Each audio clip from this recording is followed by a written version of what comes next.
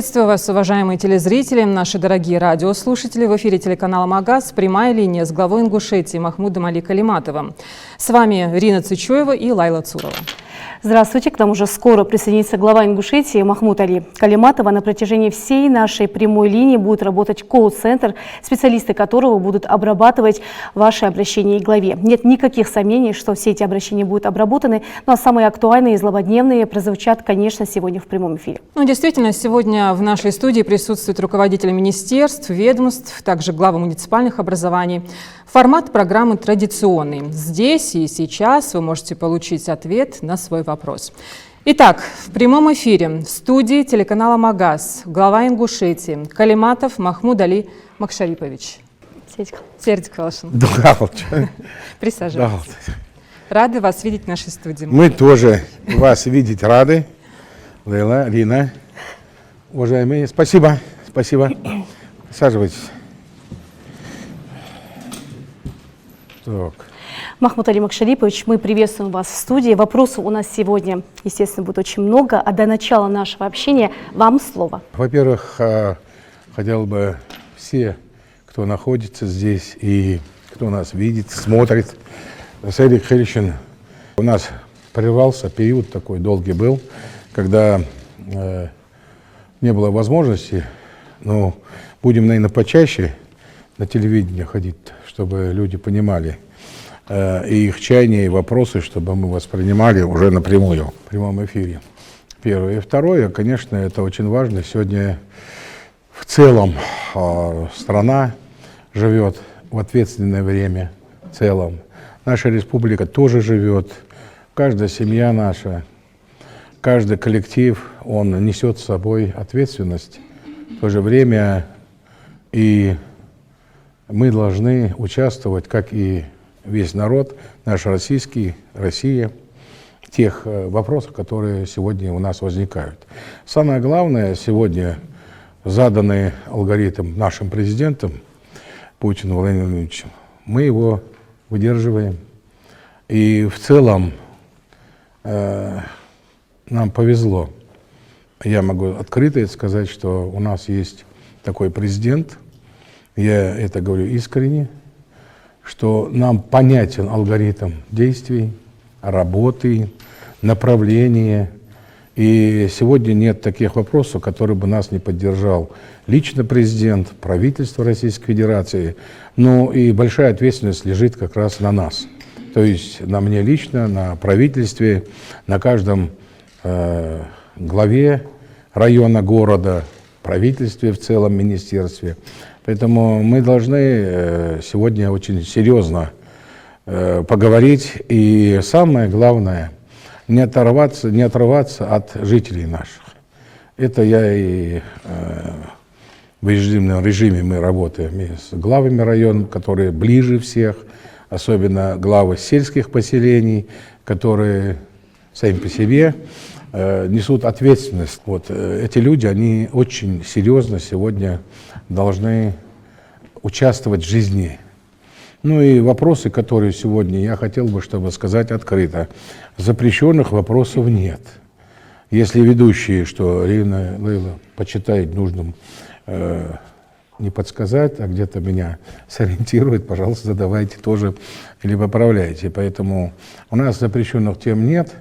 Я постараюсь искренне ответить в этой жизни на все вопросы, которые волнуют наших жителей. Пожалуйста.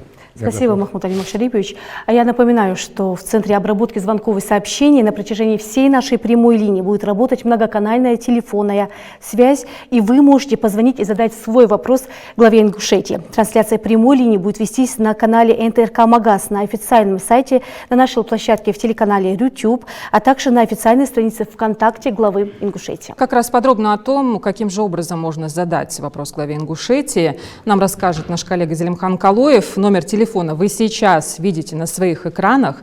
Зелимхан, вы готовы? Здравствуйте, уважаемый Махмуд Али Макшарипович. Приветствую вас, дорогие телезрители и радиослушатели. Да, конечно, мы давно готовы. Вопросы по традиции мы начали принимать еще за несколько дней до начала прямой линии. Вы можете наблюдать, как за моей спиной коллеги обрабатывают звонки и СМС-сообщения жителей нашей республики. К нам поступило множество звонков, в колл-центре идет очень тщательная и напряженная работа. Напомню, что задать свой вопрос главе Ингушетии Махмуду Али Калиматову можно, позвонив на бесплатный номер 8 800 505 45 48. Также вы можете отправить смс или видеообращение на личную страницу главы ВКонтакте или на номер 8 928 098 23 33 через мессенджеры WhatsApp и Telegram. И для начала я хотел бы зачитать один из вопросов. Сердик Хылшин, уважаемый Махмут Али Макшарипович, я Ибрагим Мархиев, житель селения Троицкое, проживаю по улице 3-я линия, дом 2. 2-3 года назад на нашей улице установили трансформатор, полный комплект, наличные финансовые средства, после чего я обратился в местную администрацию с просьбой подключить нас к линии электропередач, на что глава администрации ответил, что у них нет бюджетных средств для оплаты подключения. Посоветовал обратиться в МРСК Сунжинского района, куда я обращался много раз. Просили провести заземление, что я и сделал, и открыть счет. Просим вас посодействовать подключению трансформатора к линии электропередач. С уважением, Мархиев Ибрагим Аслангиреевич. Ну, спасибо за вопрос. Это первый вопрос. Дело в том, что в целом нашей республики, я немножко все-таки истории вернусь, более 70% у нас обветшалые сети электроэнергии, целом трансформаторе, все и подстанции, и это как бы, не хочу там говорить, кто виноват, кто не сделал, но мы работу эту ведем.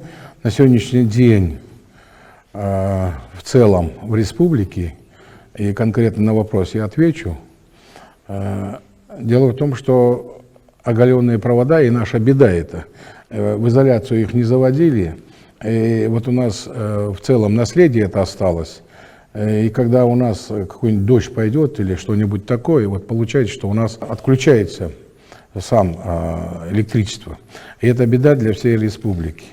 Но конкретно касаясь Троицкой, этот вопрос, наверное, Ингушэнерго здесь, да? Да, присаживайтесь. Приглашены у нас монополисты все здесь, и мы будем оперировать и к ним. Но если касаться трансформации Троицкой, то с 2020 года шли у нас переговоры с Россетями. Мы предлагали, и Новак, вице-премьер, приезжал, мы предлагали какую-то форму выбрать, чтобы у нас нет таких возможностей, чтобы заменить или изменить ту ситуацию, которая у нас сложилась в электроэнергии. И мы договорились, что мы будем консолидировать все средства электроэнергии. Мы произвели эту консолидацию. Хочу вам откровенно сказать, что мы ее за год, наверное, полтора, да, мы ее сделали. И был такой, предварительный, так скажем, не обязательно, но предварительная договоренность, что у нас эти основные средства выкупят электросети. Россети, они предложили, чтобы экспертная организация оценила их. Мы оценивали их не в 1 миллиард денег, но это оказалась изношенность и амортизация давно уже серьезная. И они нам предложили, насколько я помню, 148 или 138 миллионов. Мы от этого отказались, потому что разбалансировать наших сетей, она в чем? Кто-то сам поставил трансформатор. У нас есть такая, знаешь, вот плохо там взяли, сложились жители улицы, села и берут трансформатор, значит, вот. Оказались бесхозяйными. Мы через суд начали их. Я подробно изложу, потому что это это большая работа была. Бесхозяйными сети были. Мы пошли в суд признавать их бесхозными и чтобы на баланс ставила муниципалитет, а после этого Россети должны были их на баланс к себе брать. Что получилось? В каждом районе, городе, когда мы начали их передавать, у них огромное количество задолженностей. И тогда Россети, Ингушэнерго, пошли, они же должны, судебные решения, они уже были в судах, начали, муниципалитеты за голову схватились. То есть мы как бы общее дело делали, а потом, откровенно говоря, это было так. После этого мы приостановили это, но дальше работа, мы ее продолжали, и на сегодняшний день, в соответствии с новым законодательством, мы имеем право их передать безвозмездно. То есть у нас нет ни сил, ни средств их содержать. Потом осуществлять ремонт, замену.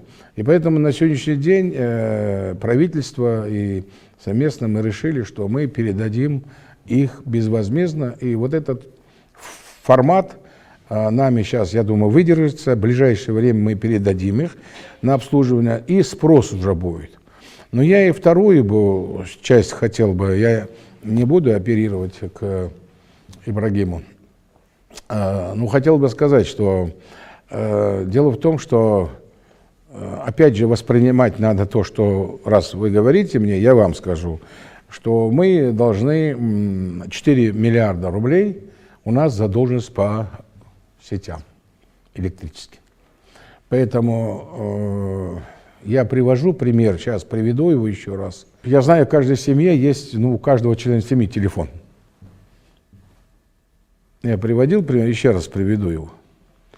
Вот телефон у нас прекращает работать. Там скинь деньги. То есть мы быстро находим, чтобы телефон у нас заработал. И скажу вам, что телефон — это дорогое удовольствие. Это не 1000 рублей. Так вот я, упаси Боже, не хочу говорить, что виноват кто-то, но надо задуматься над этим. Если мы телефоном пользуемся, но он нужен, не буду. Каждая важность понимает свою. Кто-то в ТикТоке сидит или где-то еще где-то. Вот. Если деловой, не знаю, и пользуется им, это хорошо. Но когда мы не платим за электросеть, за электричество, у нас задолженность такая. И хотел бы сказать, что на момент, 3-4 года назад, да, у нас была задолженность по учреждениям нашим. Школы, больницы, детские сады, все учреждения, правительство не больше платили, 20-30%. Вот где-то вот так вот. На сегодняшний день довожу до сведения, что мы на сегодняшний день более 100% все учреждения наши ни одной задолженности не имеют, мы платим и держим эту планку. Но физлица, вот у нас там беда. У нас в некоторых районах есть 30%, 25%, 45%. И я должен,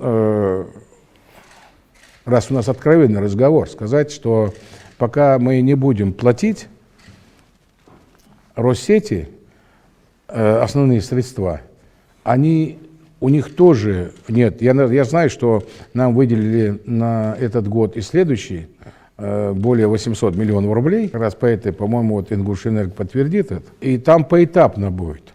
Но и у меня разговор был с главами районами, и обращаясь к жителям, слушайте, не всегда нам телефон это нужен. Не всегда. Я, конечно, не хочу, что нравоучение такое, знаете, чтобы не казалось, что я там вот. Но я думаю, важнее оплатить свет, газ, воду, чтобы у нас поставщики наши, чтобы у них не было претензий к нам, понимаете? Потому что вот выполняя то обязательство, которое лежит на правительстве, школы, я говорю, детские сады, у нас нет вопросов, и Министерство финансов вовремя переводит деньги, переводит, и мы оплачиваем это. И поэтому в этой части хочу сказать, прошу вот конкретно этот вопрос взять на контроль Ингушэнерго, главу района Татиева. Вот, берите и давайте 23-го. Вот председатель правительства, доведите до сведения, что весь вопрос решен, если он не выходит за пределы каких-либо определенных финансовых сложностей или что-то еще. Но я думаю, если человек пишет, говорит, наверное, убежден, если он звонит, значит, наверное, у него и он оплату делает. Вот, он и на оплату делает, поэтому я думаю, что мы должны его поддержать. И этот вопрос 23 числа, вот пусть есть глава есть Ингушэнерго. Не надо вставать. Спасибо. Вот, вопрос решайте. Все, спасибо. Вот все, я думаю. Отметим, уважаемые телезрители, что вопросы от вас, от жителей нашей республики принимались 8 ноября. К этой минуте поступило достаточно много уже вопросов, и они самого разного характера. Махмуд Али Макшарипович, давайте зачитаю следующий вопрос. К вам обращается Хадия Аушева. Добрый день, я руководитель компании по разработке персональных компьютерных игр. Сейчас работаю над проектом про Северный Кавказ и технологии будущего в медицине с лицензией на собственное производство. Я первый разработчик на Северном Кавказе с такими навыками, выиграла грант, но это небольшие деньги для такого крупного проекта. Сейчас идеи на стадии локализации на 10 языках. Через пару месяцев выхожу в Steam. Это такая игровая площадка для публикации и покупки игр. Сырым проектом, но почему-то в Ингушетии поддержки я не нашла. Хотя мы знаем, что в республике развиваются IT-технологии. Хочу попросить помощь в поиске инвестора. Я востребованный специалист с огромными предложениями работы за пределами нашей страны. Ну, вопрос хороший. Наоборот, даже рада, что интересуются, и мы, наоборот, поддержим.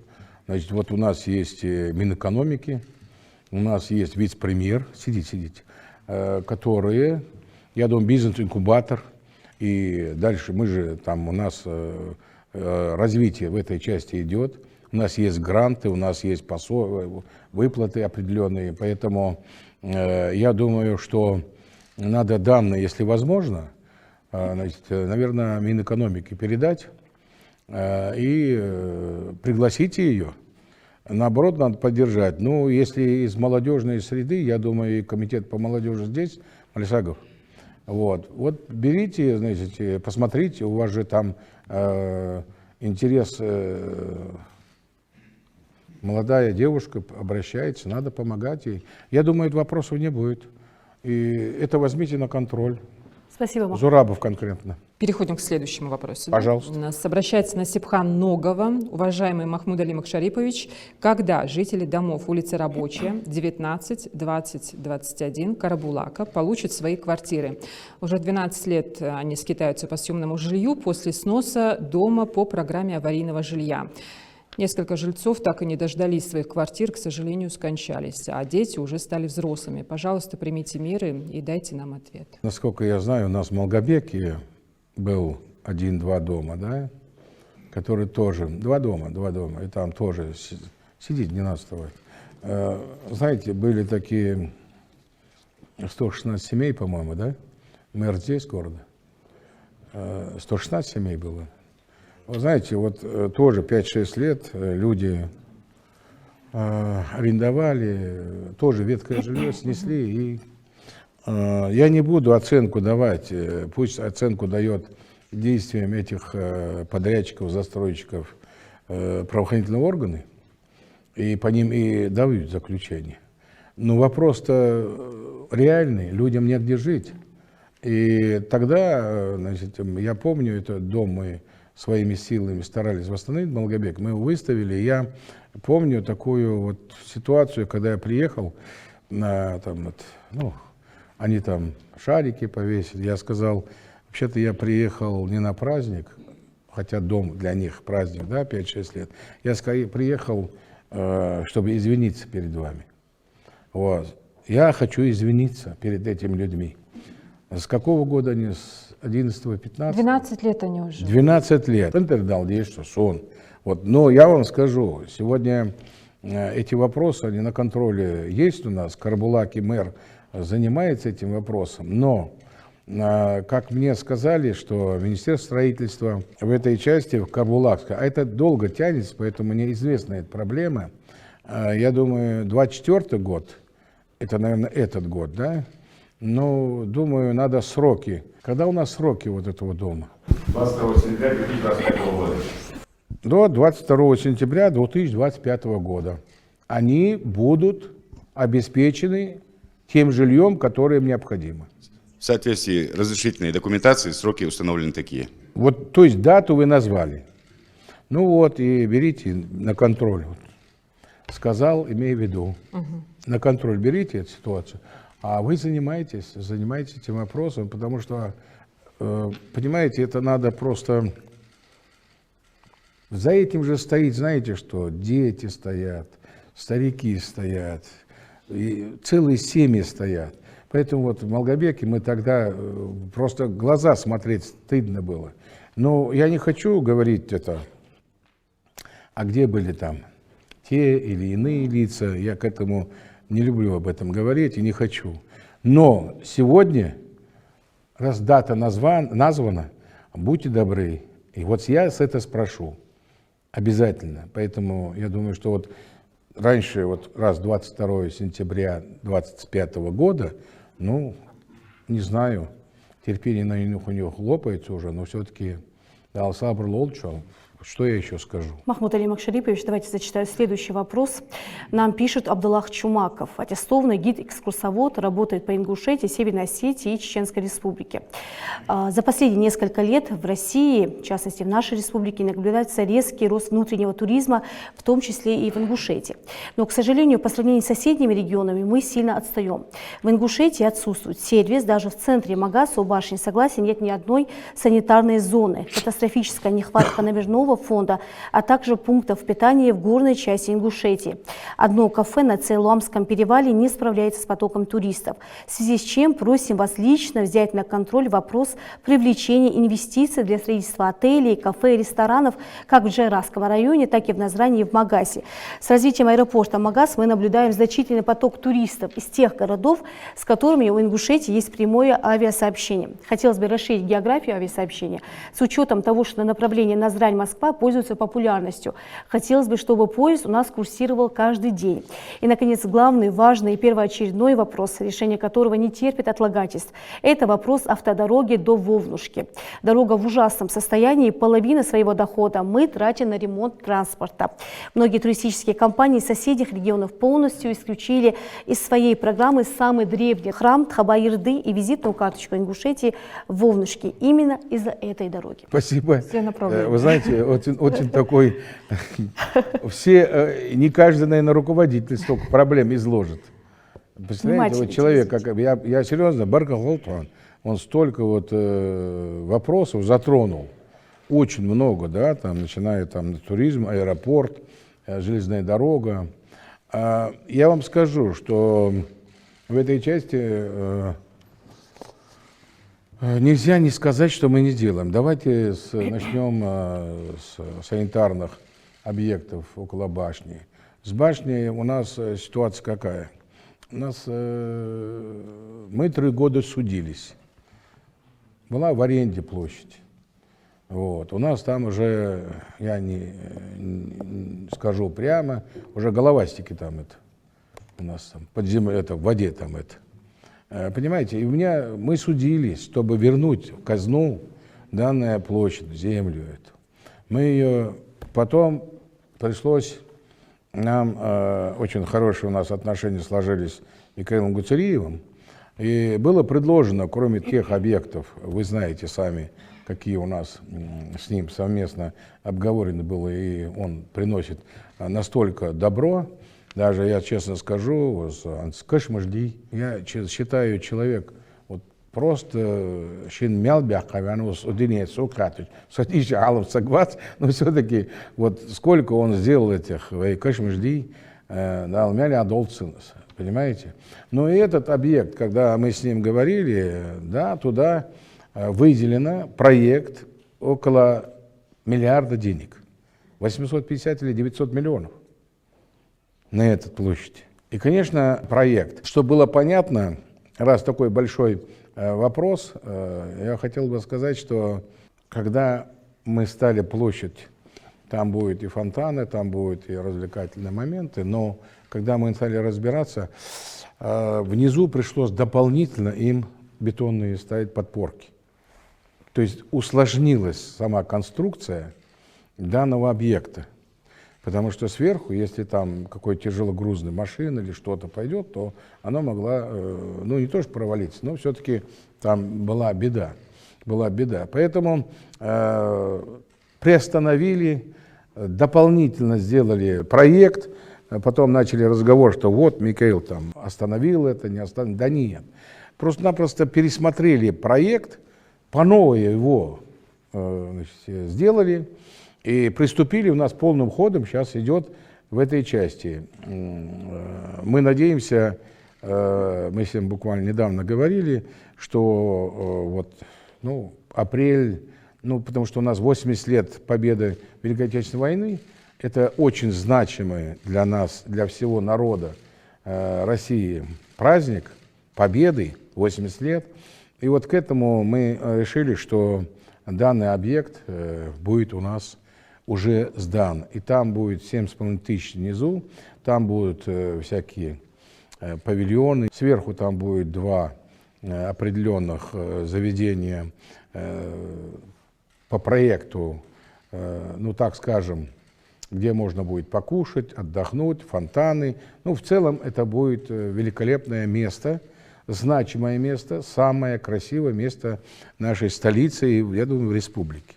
Поэтому по этой части неудобства, но я прошу извинить меня, ну, по-другому там не сделаешь. Там есть у нас санитарные места, так скажем, мягко, ну, просто неудобно, их не видно. И я уже говорил мэру как-то в этой части, чтобы поставьте там, ну, не знаю, какие-нибудь стрелки, туда идти, сюда идти, потому что это житейское дело, человеческое.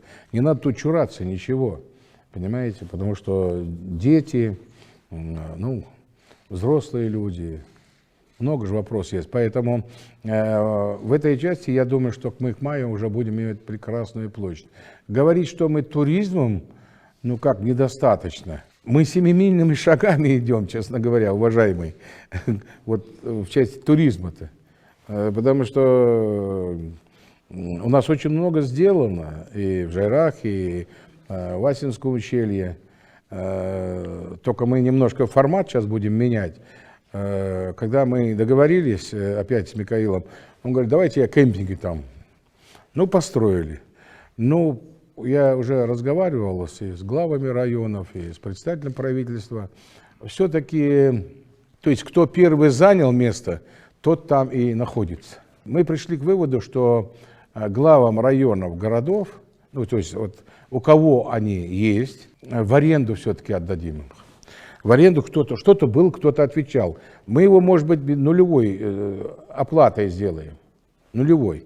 В аренду дадим. Но кто-то там был, который бы регулировал, чтобы там для шашлыков там не рубили деревья наши, да, значит, какой-то мусор. Мы же там, понимаете, построили и уборные, и даже душ построили, но очистными сооружениями применяли. Вот у нас есть цех-то, вот мы очистные сооружения там поставили. И поэтому просто, если говорить по нашей ситуации, то проработать, у нас сказали, до 1 марта, да, у меня срок, по-моему, стоит там, чтобы проработали и сказали, значит, главы районов, это Жайрах, Жарах и Сужский район, они должны четко определить. Ну и там как раз сельское поселение у нас гряда идет, которая, ну, Дяттагы, Олкум, там, Галашки, там, который идет, чтобы оттуда людей, ну, пригласить, разъяснить им, чтобы они там, да, и зарабатывали тоже. Понимаете, единственное, там Ингушэнерго, вот, попрошу проработать вопрос, возможно ли там электрическое провести. Министерству промышленности и правительству посмотреть, возможно ли там такое локальные солнечные батареи ставить, понимаете? Потому что, ну, неудобно там, когда в этой ситуации. Прорабатываем этот вопрос, и я думаю, дальше даже я попросил, чтобы мы развивали. У нас есть такие сборные домики. Вот я главам районам сейчас сказал, чтобы они продумали площадку, где можно поставить их. Я почему вообще это начал делать, я вам скажу. В 19-м, может, в 20-м году я просто удивился. Я к своему стыду, вот пока сюда не приехал, 5-6 лет назад, не был в Жайрахе никогда. Ну, не ездил никогда. Ну, вот такой я плохой ингуш. Вот. И когда я проехал, я посмотрел, и вдоль вот этой реки Асы, вот дальше, машины на камнях, кривобоко, дети там ходят по камням, женщина ходит. У меня в голове сложилась картина такая ужасная. Думаю, ну как вот, где руки помыть, куда пойти, где сесть. Поэтому было принято решение, и тогда я с Михаилом Саварбевским переговорил, говорю, давайте хоть что-то сделаем, чтобы люди могли подъехать, привезти там еду с собой или там пожарить, то все. Надо уже главам районов разрабатывать дальнейшее развитие данных кемпингов. Основу заложили и развивайте дальше. Это уже задача им поставлена, и я думаю, мы будем делать. Только нужно, чтобы, если возможность, электроэнергия там была, да? Почему главам обратился и сказали мы это? Едешь, стыдно, у нас же места там, да? Там просто, ну, выйти даже, у нас же красота там. Вот этот мусор, вот это выбрасывают, вот это вот контейнеры стоят, около контейнеров. Значит, мимо едет, ну, сложно разве багажник положить. Но это 100 раз говорили, да, не хочу уже, так сказать, опускаться до этого, но все-таки это жизнь. Надо все-таки смотреть. Веймох мбир. Я не знаю уже, что говорить-то. Поэтому мы будем развивать, мы будем делать и расширять это будем. Что касается гостиниц, да, в действительности у нас гостиниц нету. Ну что ж теперь? Вот один целом. Ну хорошо, вот Парчи Валихан пришел там, сказал, вот я бы построил. Ну строй. Сейчас внизу там он гостиницу строит. Дальше будет терраски строить. Это тоже мы, значит, там тоже сложно. Там же объекты особо охраняемые. Поэтому вот Лианов знает, там шаг влево, шаг вправо нельзя. И он лично, вот эти заземли эти, он старается найти землю, где бы не обременена была. Потому у нас же там забава такая наша национальная ингушская, что елят сады, елят хаде. Вот, хочешь полезное дело сделать, просто сказать, хажил, мы не нарушаем экологию, мы не нарушаем ничего. Мы хотим просто условия создать для людей. Понимаете, вот сам не гам, другим не дам, понимаете? Вот. Ну, сейчас люди начали понимать, идут уже навстречу. Потому что в любом случае, вот у нас альпинисты, да, уже 2 года назад начали строить гостиницу. Вот какие-то вопросы возникают. А человек, который инвестор, своими деньгами приходит и говорит, я на свои деньги вам построю гостиницу. А ему говорят, это, знаешь, вот там 500 лет назад, 300 лет назад, Ярдат, Садарде, Хадарде. А у нас там с 70-80 регионов альпинисты приезжают, до 200 человек. Самое удобное для альпинизма у нас скала там, Кязи. И знаете еще что? Мы с ними ведем работу. Они с МЧС уже отделение целое обучают их. Сейчас мы кадетский корпус тоже хотим ребят наших к альпинизму приучать. То есть это же, представляете, развитие какое. Поэтому там тоже, если вот перестанут делить это мое, твое, которого нет ничего, кяхат даст, документ даст. Вот просто слушайте, ну давайте дома у себя, у тебя есть вот документ на дом, на твой участок, вот занимайся там. А это государственное, это общее, государственное, национальное. Понимаете? Просто такое впечатление, что противники развития. Никто же на горбу не унесет его никуда, это, да, в Фудидокша. Ну и вторая часть, мы там, Лианов здесь же, да, Ахмед, там у нас 12 домов гостевых сделали или нет уже? Уже добавлено более 50 мест. Гостевых домов, именно в ассоциацию входит 12 домов там уже. Я бы просто хотел пояснить, что вот, как бы вот обращение, да, вот этого гида, вот по вашему поручению, там именно в сентябре, в октябре уже около 70 посадочных мест там добавлено. То, что там ничего не делают, это, наверное, все-таки неправильно. Нет, это я уже дальше скажу. Ты его пригласи, вот я хотел сказать. Вот ты его конкретно пригласи. И экскурсию с ним проедь. Ты же там все знаешь. Но он, видать, тоже знает хорошо, имей в виду. Он с такой географией нам тут это. Поэтому... Ну, дело в том, что вот эта же дорога, извините, что я как бы заканчиваю вот эту мысль, и над Хаба-Ерды и Вовнушке, она в 2012 году по обращению начальника управления, тогдашнего пограничного управления, о передаче на баланс главой субъекта, она была передана на баланс пограничного управления.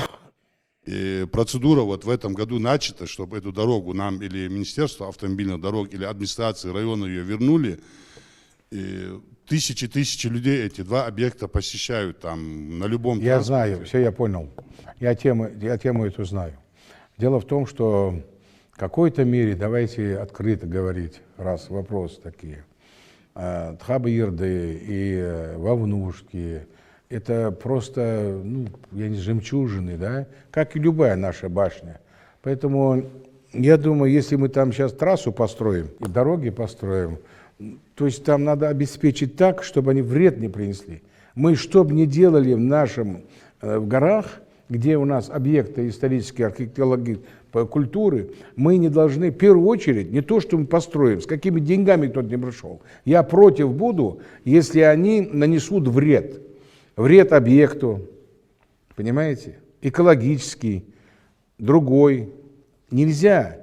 Но когда заключение получить, что вред не будет, мы вернемся к этому вопросу, и в этой части, я думаю, проблем там не будет, чтобы вернуть это опять или муниципалитет, или Министерство автотранспорта, автодорог. Я не думаю, что там проблем будет, но это очень важно для нас объекты. У нас, я не знаю, десятки тысяч ведь приезжают к нам.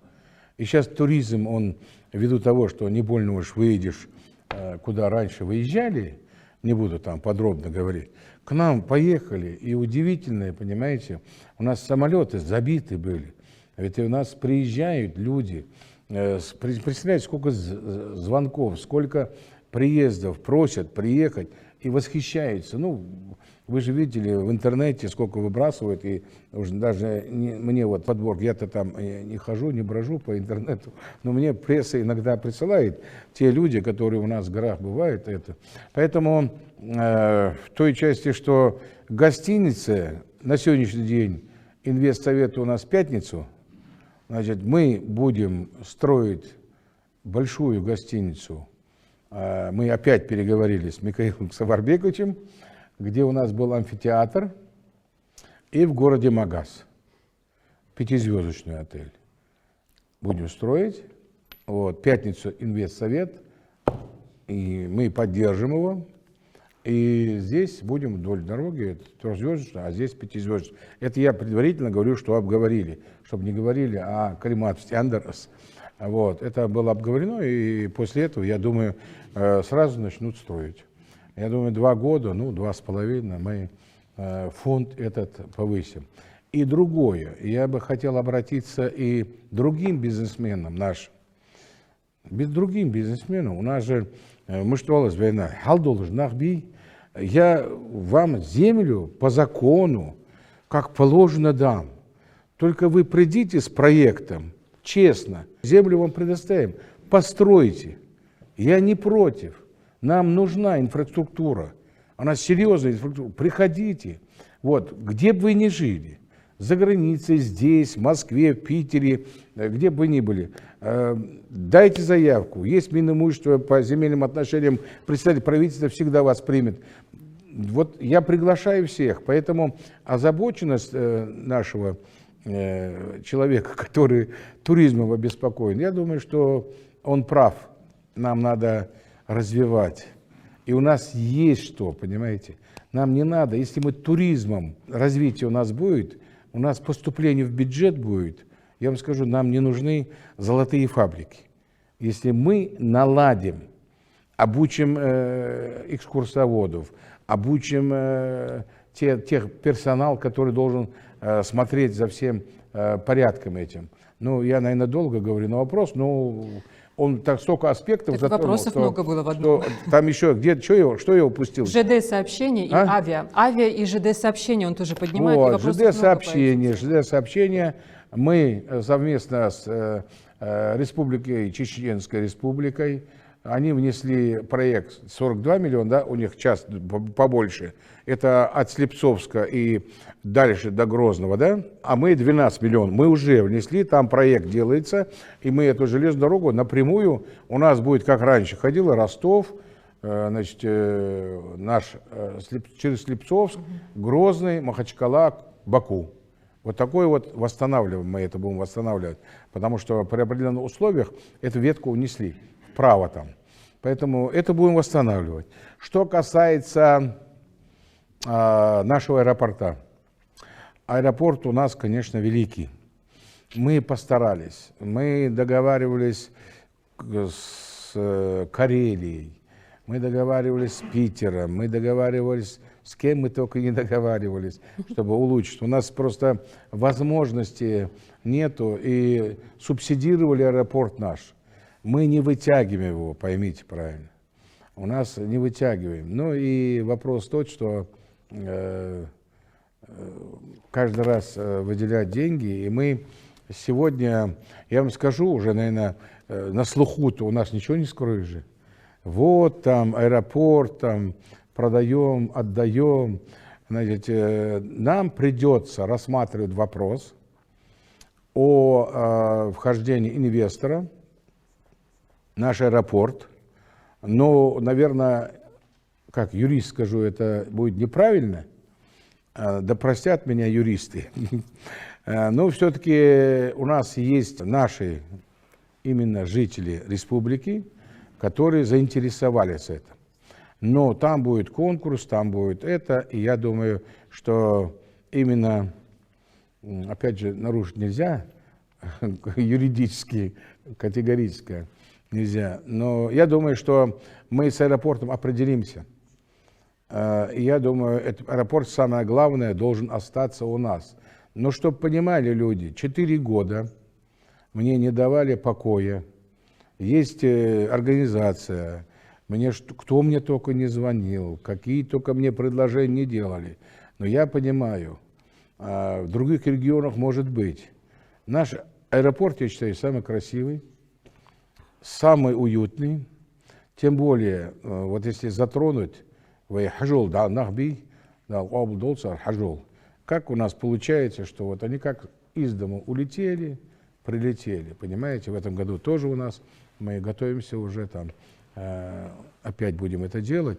Просто аэропорт будет наш, он будет упорядочен. Дальше не могу говорить, не хочу, потому что нарушу нормативы, которые регулируют торги. Поэтому не буду говорить. Но за этим, какие бы предложения ни были, которые неприемлемы для, не меня только, для нашей республики, ничего не пройдет. Ничто, ни кусок метра земли, ничего, ни полосы. То есть мы все-таки, а вот то, что мы привлечем сюда самолеты, рейсы, ну дайте нам год-полтора, мы постараемся. В ближайшее время, сейчас вот мы уже к хаджу готовимся, поэтому будем делать. Поэтому я думаю, что вопросы очень глобальные поставил товарищ. Да, хватили много. Да, поэтому, если говорить, вот такой круг, если я ответил, то если нет, то... Да, мы Спасибо, прошлись по Мухаммед всем Баширович. пунктам. И вот, кстати, вы говорили о сохранении культурного наследия нашей башенной комплексы. Вообще, в принципе, Джарахский район. У нас есть видео-вопрос по этой теме. Давайте посмотрим. Сегодня здесь собрались представители рода Оздоевых. Связана эта встреча, это мероприятие с беспокойством за сохранность исторического наследия ингушского народа, включенного российскими властями в природный заповедник. В чем заключается наше беспокойство? Буквально 2-3 дня назад вот с этой вертолетной площадки поднялся вертолет и улетел рядом вот с этими башнями, которые вы видите. Есть большая вероятность, что они во время этого пролета будут разрушать наши эти каменные башни. Такая ситуация не только здесь, в других местах этих наших гор Ингушетии. Просим вас выслать сюда специалистов, исследовать все положение с этими вертолетными площадками в горах Ингушетии, определить, какой ущерб они могут нанести, если будут летать около этих башен, и таким образом принять меры. Мы считаем, что есть другие места, где можно оборудовать эти вертолетные площадки. Мы надеемся, что и руководство погрануправления, и всего нашего погрансообщества поймет наше беспокойство и примет необходимые конкретные с короткими сроками меры для того, чтобы создать возможность принимать вертолеты на других площадках без ущерба нашим башням. Спасибо за внимание. Очень серьезный вопрос. Он как-то до меня доходил. По шумам у нас Роспотребнадзор, ну и других специалистов, экспертов надо привлечь. И Кадзоев у нас здесь, да? Кадзоев, давайте вот проработайте этот вопрос. Юридически озабоченность понятна, сидите. Озабоченность понятна, да, Баркал Гулчуан, потому что в действительности это же жемчужина, она в 7 чудес света у нас входила, в конкурсе участвовала, да и там другие у нас объекты, правильно говорят, в целом мы счастливые люди, нашу историю не перепишешь, понимаете? Вот я почему так говорю? Благодаря нашим предкам нашу историю нельзя исказить, да? Каждый из нас знает там 15 поколений, то есть Хамхей стоит там, Аздой стоит, там другие стоят, и он знает, кто там первый был. Ну, я знаю, я там 14 поколений, да, и как бы это счастье, что нам дали. И пусть там историки начинают там, вот ингуши, они туда пошли, а те пришли сюда. У ингушей все в порядке. Ингуш говорит, 780, я знаю, 700-800 лет, я точно знаю, откуда я, и кто мои предки, и где я. И все. Да? Поэтому мы счастливый народ. Поэтому, а это то, что нам дает право быть спокойными, убежденными и уверенными. Поэтому защита, я обращаюсь, Оздой Борис, я говорю, Баркал Галчон, я в этой части хочу сказать, проработайте этот вопрос. Потом Льянов, Оздоева и Кадзоев. Вот, наверное, с вашей точки зрения, специалисты какие нужны, приглашайте, есть замеры. И вторая ситуация, если в действительности, Игорь Анатольевич, надо просто с погрануправлением, с главой района, если при необходимости Льяновым, проработать вопрос о переносе. Вплоть до того, что мы, я думаю, эту площадку можем даже смонтировать где-то в другом месте, это если нужно будет. Но чтобы это вред не нанесло. Ни в коем случае. Я говорю, любое, ставим мы там деревянный домичек или что-либо, если это принесет вред нашей историко-археологическим объектам, мы там этого делать не будем. Каждый должен это понимать, каждый чиновник, каждый другой, любой, кто бы он ни был. И мы должны защищать это. Но я не думаю, что там, ну пока я сам в вертолетной авиации служил, я не думаю, что кроме травы склонить туда-сюда вертолет ничего не может делать. Там нет такой вибрации, потому что тогда вертолеты падали бы, понимаете, при вибрации. Он летит там, просто винт, а там сидишь как будто, вот как мы здесь сидим. Этот вопрос на контроль берем, давайте прорабатывайте, и обязательно, при необходимости, я думаю, обязательно надо встретиться потом, вот, Кадзоеву, Льянову, необходимость есть, значит, поручи, юристы там есть, и в районе есть юристы, определяйте, хорошо? Так, у нас видеозвонок, по-моему, да, есть? Да, мы вас слушаем. Вы в эфире, говорите, пожалуйста. Меня зовут Зауру Виталий, я занимаюсь кофе уже очень долгое время, имею большой опыт в этом направлении. Также по совместительству я являюсь представителем благосферы Ингушетии. Хотел бы поблагодарить вас, мы недавно были в Центре знаний Машук, который организовал администрация главы республики по вашему поручению. Мы получили очень много знаний полезных в этом направлении, на этом форуме. Мой вопрос такой. Мы хотим провести первый кофе-фестиваль в Республике Ингушетия. Мне кажется, это будет очень значимый вклад в культурную, экономическую жизнь Республики Ингушетии. Также и туристическую часть заденет тем, что привлечет много туристов. Первый кофе-фестиваль мы планируем провести в Магасе. Это будет чисто республиканский фестиваль. Мы привлечем специалистов соседних регионов. А следующий уже фестиваль у нас будет общероссийский. Планируем провести его в горах. Можно сказать, это будет первый горный кофе-фестиваль. Также я знаю, что вы тоже являетесь ценителем кофе. И при организации такого мероприятия мы с радостью будем рады пригласить вас в качестве почетного гостя туда. Спасибо большое. Любитель кофе. Это правда? А? Это правда насчет? Ну, я без кофе не живу, так сказать. Ну, баркалалт. Я что хочу сказать, если говорить, фестиваль кофе оригинальный, конечно. Я думаю, можно это делать в Магасе, но на базе чего, кого это делать? Владимир Ильич, вот, наверное, это Зурабов, да? Нет, когда построен, между 6 тысяч. 7,5 тысяч. Вот, да, кстати, первое. Но я скажу вам одну вещь, что мне вот в горах российские не надо пока делать. Мальсаг, Адам, значит, смотри, я думаю, вот молодой человек уже на Машук был, Мархиев, вы же определяли эти все вещи.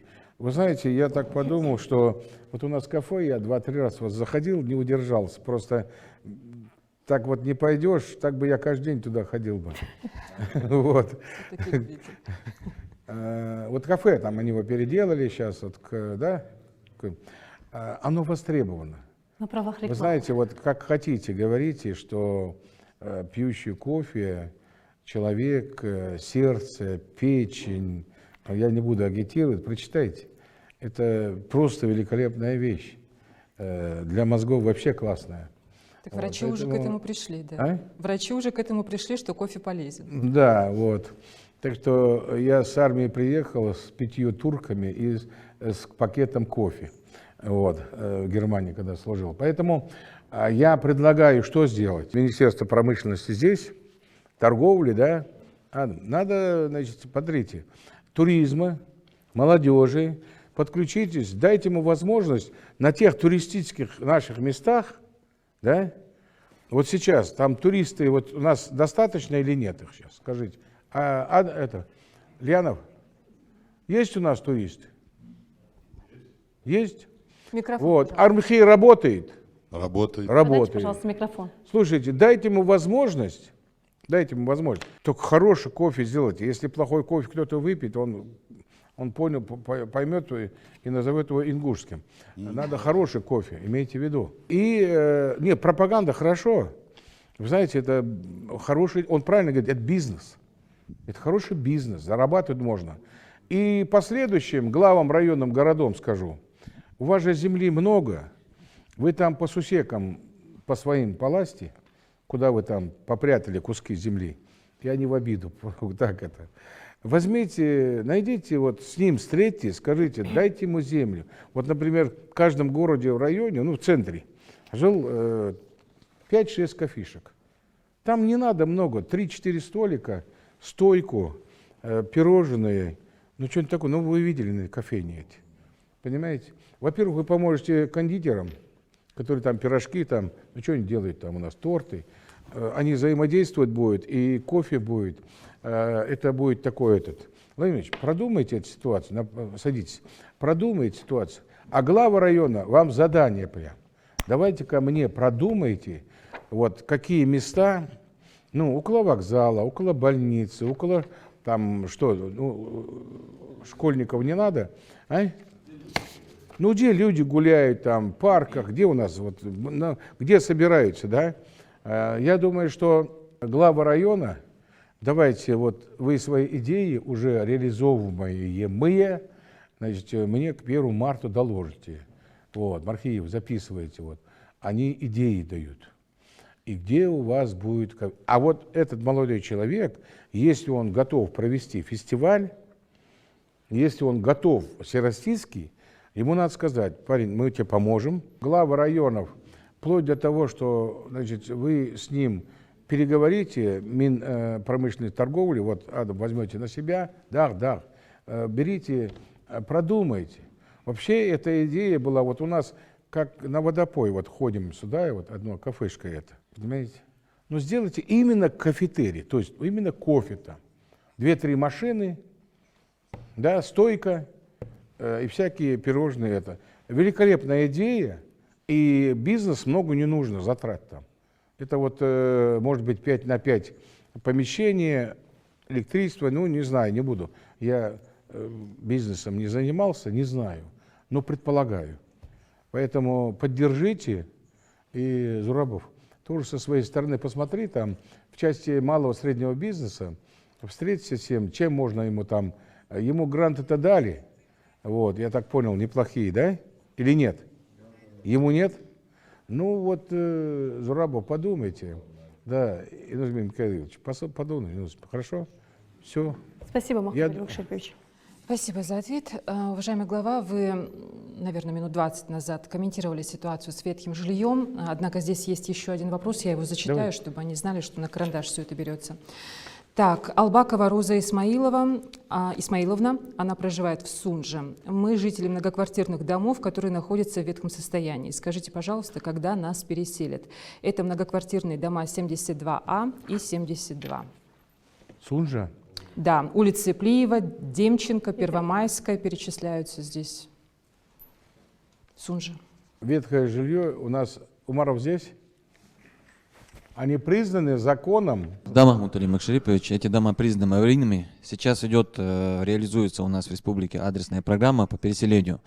И в рамках этой программы переселяются дома, признанные аварийными до 2017 года. Она в этом году заканчивается, со следующего года, по имеющейся информации, должна начаться. То есть там, я помню, до 2017 года, которые признаны, Да. они пока были. Они А пока сейчас были, после какого года? Сейчас, после 1 января 2017 года, со следующего года должна начаться эта программа. И этот дом, один из 14 аварийных домов города Сунжи, нами подан. Один дом. Один из домов. А 14 нельзя? Нет, подали все 14. Вот Ага. эти дома тоже поданы, которые сейчас озвучены. Мы ждем начала реализации этой программы. Давайте вот что. Когда у нас конкретно, все-таки дайте мне срок, дату дайте мне. Это федеральный центр утверждает, мы не можем ответить. Не-не-не. Когда мы подали туда? В 2019 году. Да. Да, пожалуйста. Лив. 26 домов по республике признаны аварийными. Федеральный центр подали. Ожидаем финансирования. Там уже с 25 по 30 год. Нет, даты. подождите. Первоначально, наверное, признали их аварийными? Признали его. Эти Признали. два дома указаны в обращении, признаны Это аварийными. судебное решение или... Нет, это комиссия межведомственная. Это комиссия межведомственная. Так, теперь это где находится? В министерстве? Минстрой России и Минстрой. Фонд развития территорий. Фонд развития территории. Они его да? пропустили, да, одобрили. И У нас есть ориентиры какие-нибудь? Когда есть это может быть? примерно по дате признания его аварийным, это 26-й год, не ранее. Там есть дома, Не раньше. признанные раньше этих домов. Да. Если финансирование будет увеличено, то мы можем перенести их на 25-й год. Давайте по-другому сделаем. У меня встречи бывают с руководством из страны и с правительством. Давайте подготовьте мне с собой бумагу по аварийным вообще домам. Это в республику 26? Да, по республике. Хорошо, хорошо. Ну, давайте, в этой части, вы понимаете, да, это вот так вот, завтра решить не представляется возможно. Признали законным образом, что они аварийные, да, закон о ветхом и аварийном жилье у нас есть, они подпадают под них, да, и мы их, значит, передали сейчас в Минстрой и развитие территории, то есть там уже занимается этим. Да, там уже занимаются в рамках нового у нас проекта. Ждем его утверждения и будем уже подавать программу на финансирование. Скажите, а вот мы должны иметь уже проект, какой там дом будет вместо него? Будет Или нет? вопрос по желанию граждан, либо приобретение нового жилья, либо выплата компенсаций. Хорошо, хорошо. Ну давайте в любом случае на контроль держать. Владимир Ильич, надо будет этот вопрос, присаживайтесь, наверное, Михаил Зиновьевич, вот этот вопрос давайте министру, и вы держите на контроле у Сластенина, потому что условия, вы понимаете, когда аварийное и ветхое жилье, поэтому на контроль возьмите, вот и лично вы возьмите, посмотрите, и кто-то должен, и сам по себе Паров берите вот эту вот ситуацию на контроль. Есть. Я имею в виду в части аварийного жилья. Халбокшон, они у нас, знаете, у нас нет такого понятия жаловаться, там, ходить, стараются сами что-то делать, понимаете? Поэтому, возьмите это, нехорошо, 26 домов. Понимаете? Ну и чтобы не получилось, как в Малгобеке, вот, ветхое жилье снесли, а потом смылись, а потом мы достраивали. И то, что получается, вон, Карбулаки. Вот кто туда идет строить, чтобы он, значит, у него был счет, у него было не один трактор и 10 рублей там на счету, а чтобы это было. И берите, вон, налоговый вам даст, вот, даст справку по нему, по любому строителю, что у него там есть. А то у нас строитель приходит, я смотрю, у него один Беларусь и 10 тысяч рублей на уставных, и все. Ахмдац. А он берет объект на 500-700 миллионов. Таких надо гнать в шею, понимаете? Не надо нам вот этих людей. Садитесь. Спасибо, Махмуд Али Макшарипович. У нас звонок, давайте его примем. Говорите, пожалуйста, вы в прямом эфире, мы вас слушаем.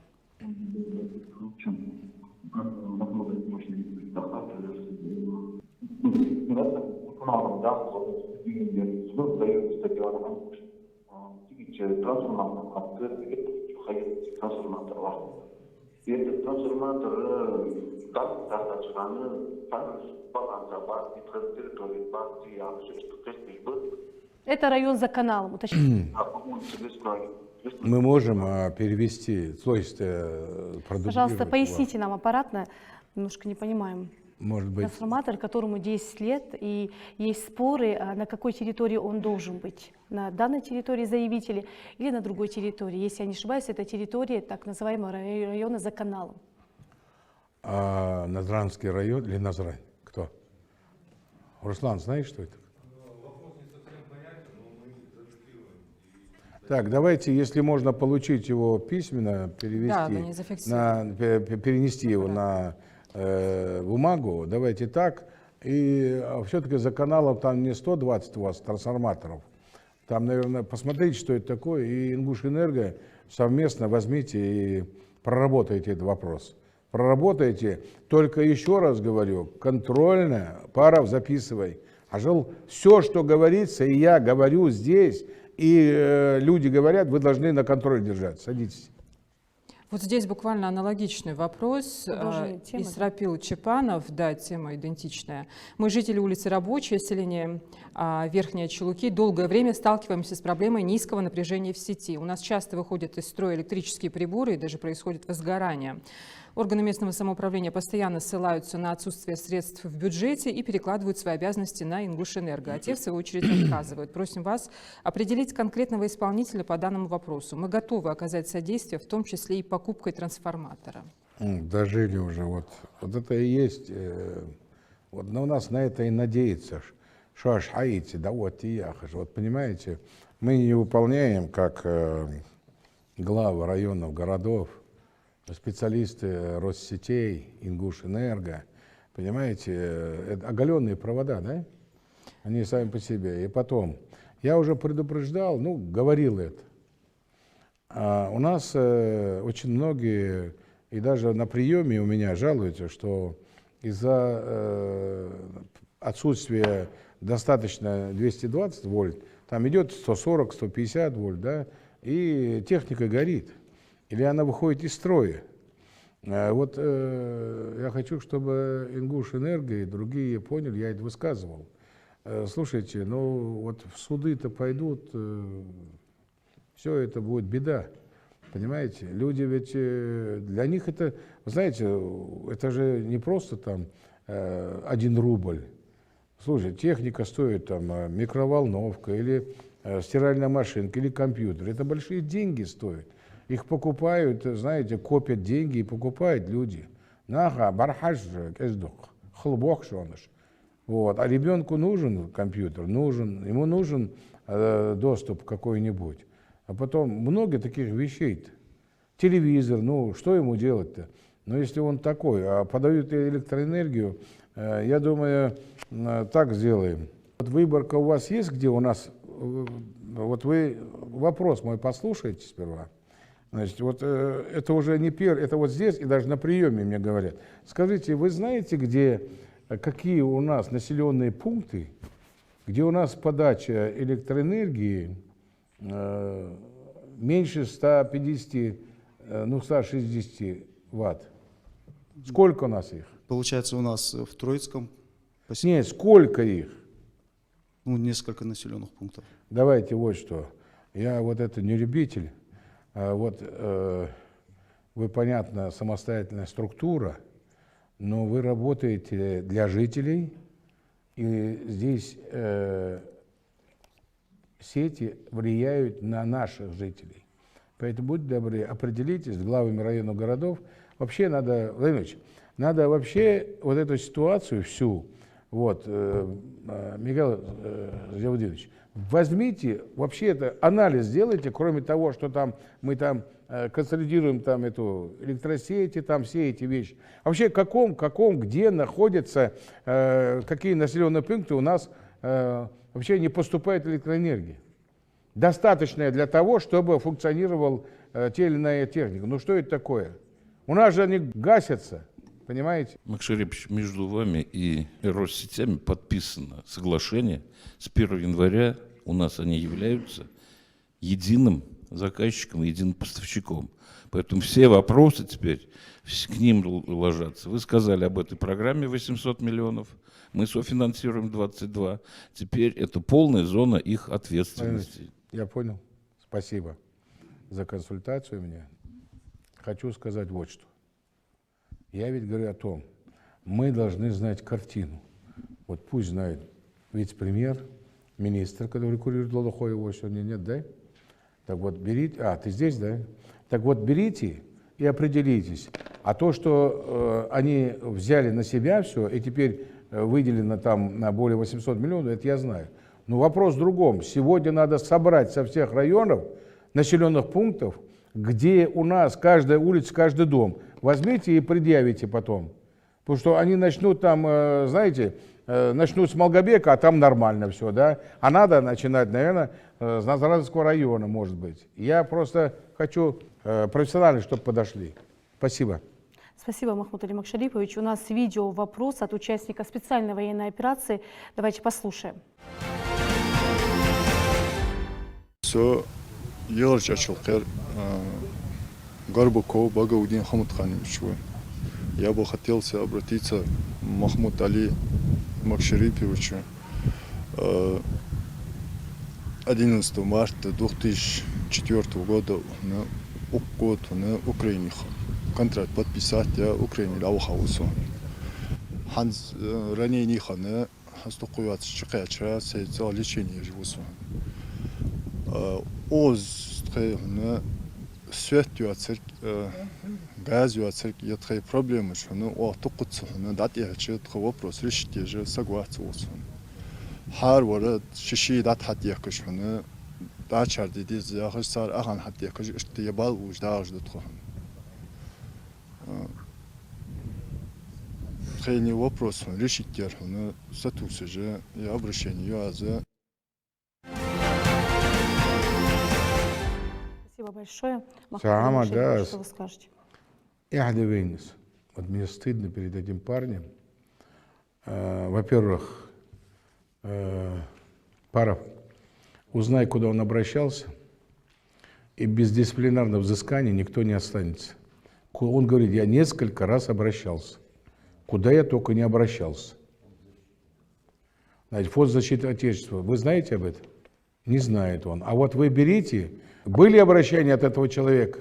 От этого человека не было. Хорошо, видите, вот не было. Вот вы все, вот прям пишите на мое имя, ты пишешь.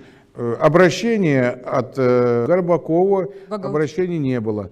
Но если я найду обращение, которое вы не отреагировали, не удовлетворили, если это по закону вы обязаны были, или же необоснованно отказали ему, тогда будете, вот я вам передам тоже привет, нехороший.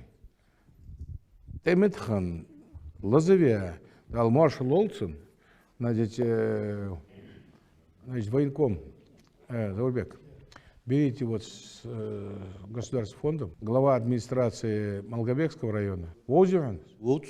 Акка. Сегодня первый раз слышу от этого человека. Когда берите, вот сегодня не скажу, а может и сегодня найдете время. О шокови, тиждадари, нарт, сердеките, хоз футболот эли. И энергетика вон возьмите, вон возьмите. Надо, цуяхар хозю. Да. Слушайте, мы выделим с фонда. Мне просто, он же говорит, никто не реагирует. Меня-то вот то, что мы найдем, сделаем, вон у нас есть начальников много-то. А у семьи нянек дитя без глазу. Возьми на контроль, архив. Вот вы все саккумулируете, а ты возьми на контроль это пора. А жил дадари, СВО, развявали, царь семья яли. Дал там далдас, погибший, дал геш дол царя. Я же вам сказал, вы должны знать, сколько у них детей, кто болеет, какие лекарства, есть ли льготные лекарства, нужны им или не нужны, в каком классе они учатся, далеко ли им до больницы или нет, какие хронические заболевания. Я же всем главам, всем объяснил. Даже не вздумайте. Они сегодня, там герои, отстаивают интересы, погибают, ранения получают. Слушайте, я вот это не ожидал. Я не знаю, ты не знаешь, но не знаю. Вы что вообще, что ли? Садитесь, давайте. Выезжайте все вместе, наведите нам порядок и доложите мне. Так не пойдет. Спасибо, Махмуд Али Макшарипович. Давайте продолжим. К вам обращается Юсуп Кадзоев, проживающий по адресу улицы Кадзоева, 45, селение Канташева. Каждый день детям, учащимся третьей школы, приходится ходить в общеобразовательное учреждение по улице Школьная Дугиева по проезжей части, так как на данном промежутке нет тротуара. И даже элементарные обученные дети, подвигаясь опасности, ходят в школу. Ночью нет уличного освещения. Во избежание аварийных ситуаций, а также безопасности и удобства школьников и жителей данного района, они просят вас дать соответствующее поручение для изыскания возможностей на прокладку тротуара, обочины, освещения для пешеходов на данном участке. Вот, значит, этот вопрос я уже обсуждал. Вот, у нас, я приводил в Сунжском районе, знаете, приоритеты берите. Вот, например, вот школа, да, раз школа, да, и она вдоль трассы идет, вдоль большой дороги, или долго идти. Вы берите вот эту дорогу, вот, вы начинаете делать дорогу, потом говорите, все, дорогу сделал, докладываете. Слушайте, в первую очередь, если там детский сад, школа, сперва сделайте тротуар. Тротуар сделайте, а там ямочный ремонт сделать пока деньги у вас будут. А вы берете, дорогу делаете, отчитались, все сделали. Но дети не могут по дороге ходить, где машины ездят. Вот у меня предложение было, я это говорил. Берите тротуар, делайте.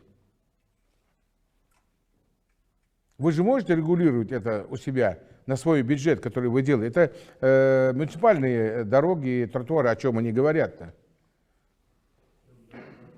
А? До конца года сделаем. Все, до конца. Не. Дату. Давай до 20 до 31 декабря. Вот до 20 декабря. Хамаханов. До 31 я сказал. Не. 31 я тебе 20 уже не найду. Давай. 20-го. Хорошо. 20-го. Хорошо. Давай. Мучава, Батыр. Батыр, вот эти дороги, которые строятся, вы же тротуары, они предусмотрены, где вы строите, вот есть там, где вы строите, и там не предусмотрен тротуар. Региональные, я имею в виду. Региональные дороги, когда мы их строим, проектируем, мы закладываем туда тротуары и освещение. То есть, там и освещение правилах. Говорят, да? Да. Да. А освещение что? Уличное освещение жалуются. Да, уличное освещение. Аварийные ситуации на этом фоне. А что там с освещением? Улица какая, еще раз скажите? Сделаем. Селение Кантышева, улица Кадзоева. Кадзоева. Давай. Ингушэнерго вместе берите, посмотрите, кодзо мибахтиш, дадри, хадитиш, на халханили ваш. Почему там не горит? Там никто не оплачивает, не знаешь ты?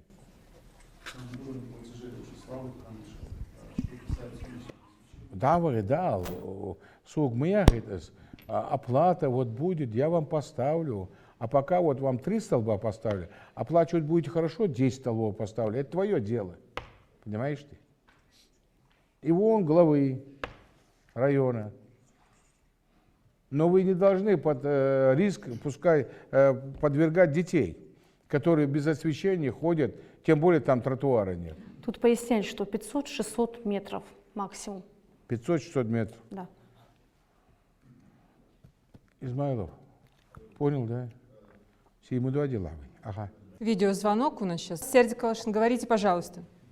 Здравствуйте, уважаемый Махмуд Али Макшарипович. Меня зовут Жасмин Тичуева.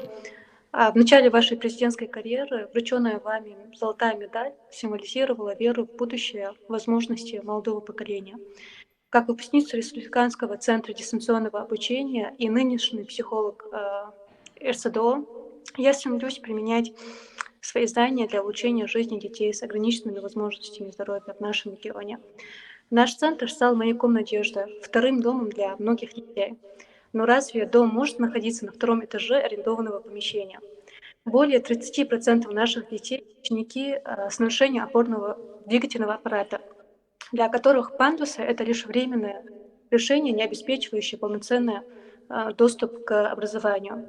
Я знаю, что вы активно строите новые школы, демонстрируя важность образования и заботу о детях. Мы многократно просили, а сейчас просим именно у вас воплотить в жизнь многолетнюю мечту о собственном, современном и доступном здании для детей с ограниченными возможностями здоровья, который станет гордостью нашего региона. Ведь в нашем центре есть все для качественного обучения детей-инвалидов. Высококлассные специалисты, отложенная эффективная методика обучения, есть современная методико-техническая база. Нам не хватает только обучения. Махмуд Али Макшарипович, она сама выпускница данного РЦДО и сейчас там преподает. Как ее зовут? Жасмин Тичуева. Жасмин, меня слышит, да? Нету. Жасмин, вы нас слышите? Слышу. Слышите? Я вот эту проблему, вы говорите, у нас недостаточно, конечно, всего-либо, но а где это находится? Где вы на 2-й этаж? В Магасе, улица Зязиков. Магаз, улица Зязиков, 22А. Это что, относится... Во дворе лицея находится этажное здание. А, в лицее. Школа-лицей. Да, на базе школы-лицея. На базе лицея. Во дворе лицея двухэтажное здание. На 1-м этаже расположен детский сад, на 2-м этаже расположены мы. А кто это так распределил-то? Это еще, Махмуд Али Макшарипович, это было еще года 3 назад, потому что у них своего помещения нету, и чтобы им было комфортно в городе Магасе, было принято такое решение. Не, им не комфортно, вот она говорит. Какой комфорт там, если на 2-й этаж, значит, с ограничениями дети ходят на 2-й этаж. Что вы говорите-то? Нет, мне другое. Это помещение, оно что, арендуется, оно в Минздраве, оно в Минобразовании. У кого оно? Оно у нас находится, в Министерстве образования. У них своего собственного здания нету. Хорошо. А они вообще относятся к Минобразованию? Да, они к нам относятся. Это наш подвед. Это ваш подвед? Да. Она как школа называется? Да. Как школа? Да. Какая? Как школа, да. Но если у нас школ там много, мы строим, в этой части нельзя было найти 1-й этаж? Махмуд Али Макшарипович, у нас в Магасе нехватка ученических мест. Единственное помещение, которое мы могли им выдать в городе Магас, это будет база лицей-школа. А почему именно Магас? Их туда привозят или это чисто магасовские дети? Нет, это дети со всей республики у нас получается. Но... Ну, со всей республики, я поэтому и говорю. У нас же есть школы, где у нас неполная загруженность. Есть, Махмуд Али Макшарипович. Но... Сагова, давай-ка вот что сделай. Значит, берите вот это на контроль, потому что же это такое-то? Представляете, на 2-й этаж-то. Значит, посмотрите, я, конечно, не скажу, удобно, может быть, в Магасе, но у нас же есть незаполненные школы. Найдите прекрасные помещения, у нас есть все остальное, если это не запрещено. И же образовательная, как она называется вообще, школа? РЦДО. РЦДО. Ну, давайте мне аббревиатуры. Дистанционного образования. Да, это образовательное учреждение. Российский центр дистанционного образования. Ну, оно относится к Минобразованию. Да. Махмуд Али Мокшиевич, мы тогда свяжемся с Цачоевой, заявительницей. Значит, смотрите, вот мне не надо ничего обещать. Вот у вас срок. Давайте, какой? Давайте до 1 декабря. И вы доложите, представить правительство. Все, ему лично. Значит, школу, ты тоже туда подключись. Да. Сейчас мы сдаем новую школу вот здесь, в городе Магас. Прибрежка, вот здесь вот. Вот туда же можно, во-первых, новая школа, прекрасно. Подожди. Когда мы сейчас даем? Вчера, через день? Не. Я еще раз говорю, дату скажите мне. Это все... А? Нет, мы это сейчас уже оформляем документы, что мы строительство закончили, который мы ездили с вами. А остальное лицензию получить и начать действовать. А потом будете в январе еще лицензию получить. Как раз после январских праздников получится. И будет хорошо. Короче, вот что, вот два вице-премьера, вот вам министр, Ажил Надя Владимирович. Возьмите, и там не надо сейчас, вот там, ну, завтра не надо, там пожар такой. Там сложно им, они там находились уже 3 года, да? Да. Вот, ну тогда реальные сроки возьмите, и реальные, значит, можно ли там быть, какие там условия, там еще нужно, чтобы там, где рукомойник, какой должен быть рукомойник, там много таких вопросов возникать будет. Там еще можно поменять, можно что-то сделать, понимаете, нет? А? С 1-го этажа детей ведут на 700 мест, а ту школу полностью отдать РСЗО. Короче, продумайте, доложите, представить правительству. И этот вопрос мне не затягивайте. Но мне дата нужна. Возьми на контроль, Мархиев и Паров. Дату. 25 января. Хорошо. Я почему не ускоряю там ничего? Нам поспешишь, людей насмешишь. Давай-ка вот что. Они там, я говорю, 3 года находились. Ничего страшного, если только посмотрите. Индира Мурадовна, посмотри. И, знаешь, вот в этой части надо посмотреть по-житейски, по-матерински, по-сестрински. Посмотрите. Она же говорит, у нее прям, она очень переживает. Поэтому спасибо, что она сказала. Это Баркал, возьмите. И 25 числа, значит, представитель правительства, вы до меня доведете, что ему докладываете все. Спасибо. Дальше.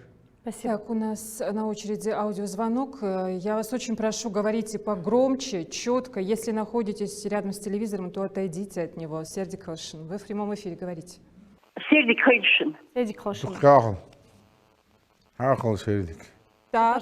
Уважаемый Махмуд Али Макшипович, я Горданова Малика Вузаровна. Вот уже 58 лет работаю в образовании. Из них последние 13 в школьном музее. В средней школе номер 2, которой я руководила с 1997 по 2011 год, вот уже 25 лет функционирует мемориально-краеведческий музей славы, посещаемый учащимися студентами, жителями нашей соседних республик и гостями нашей республики.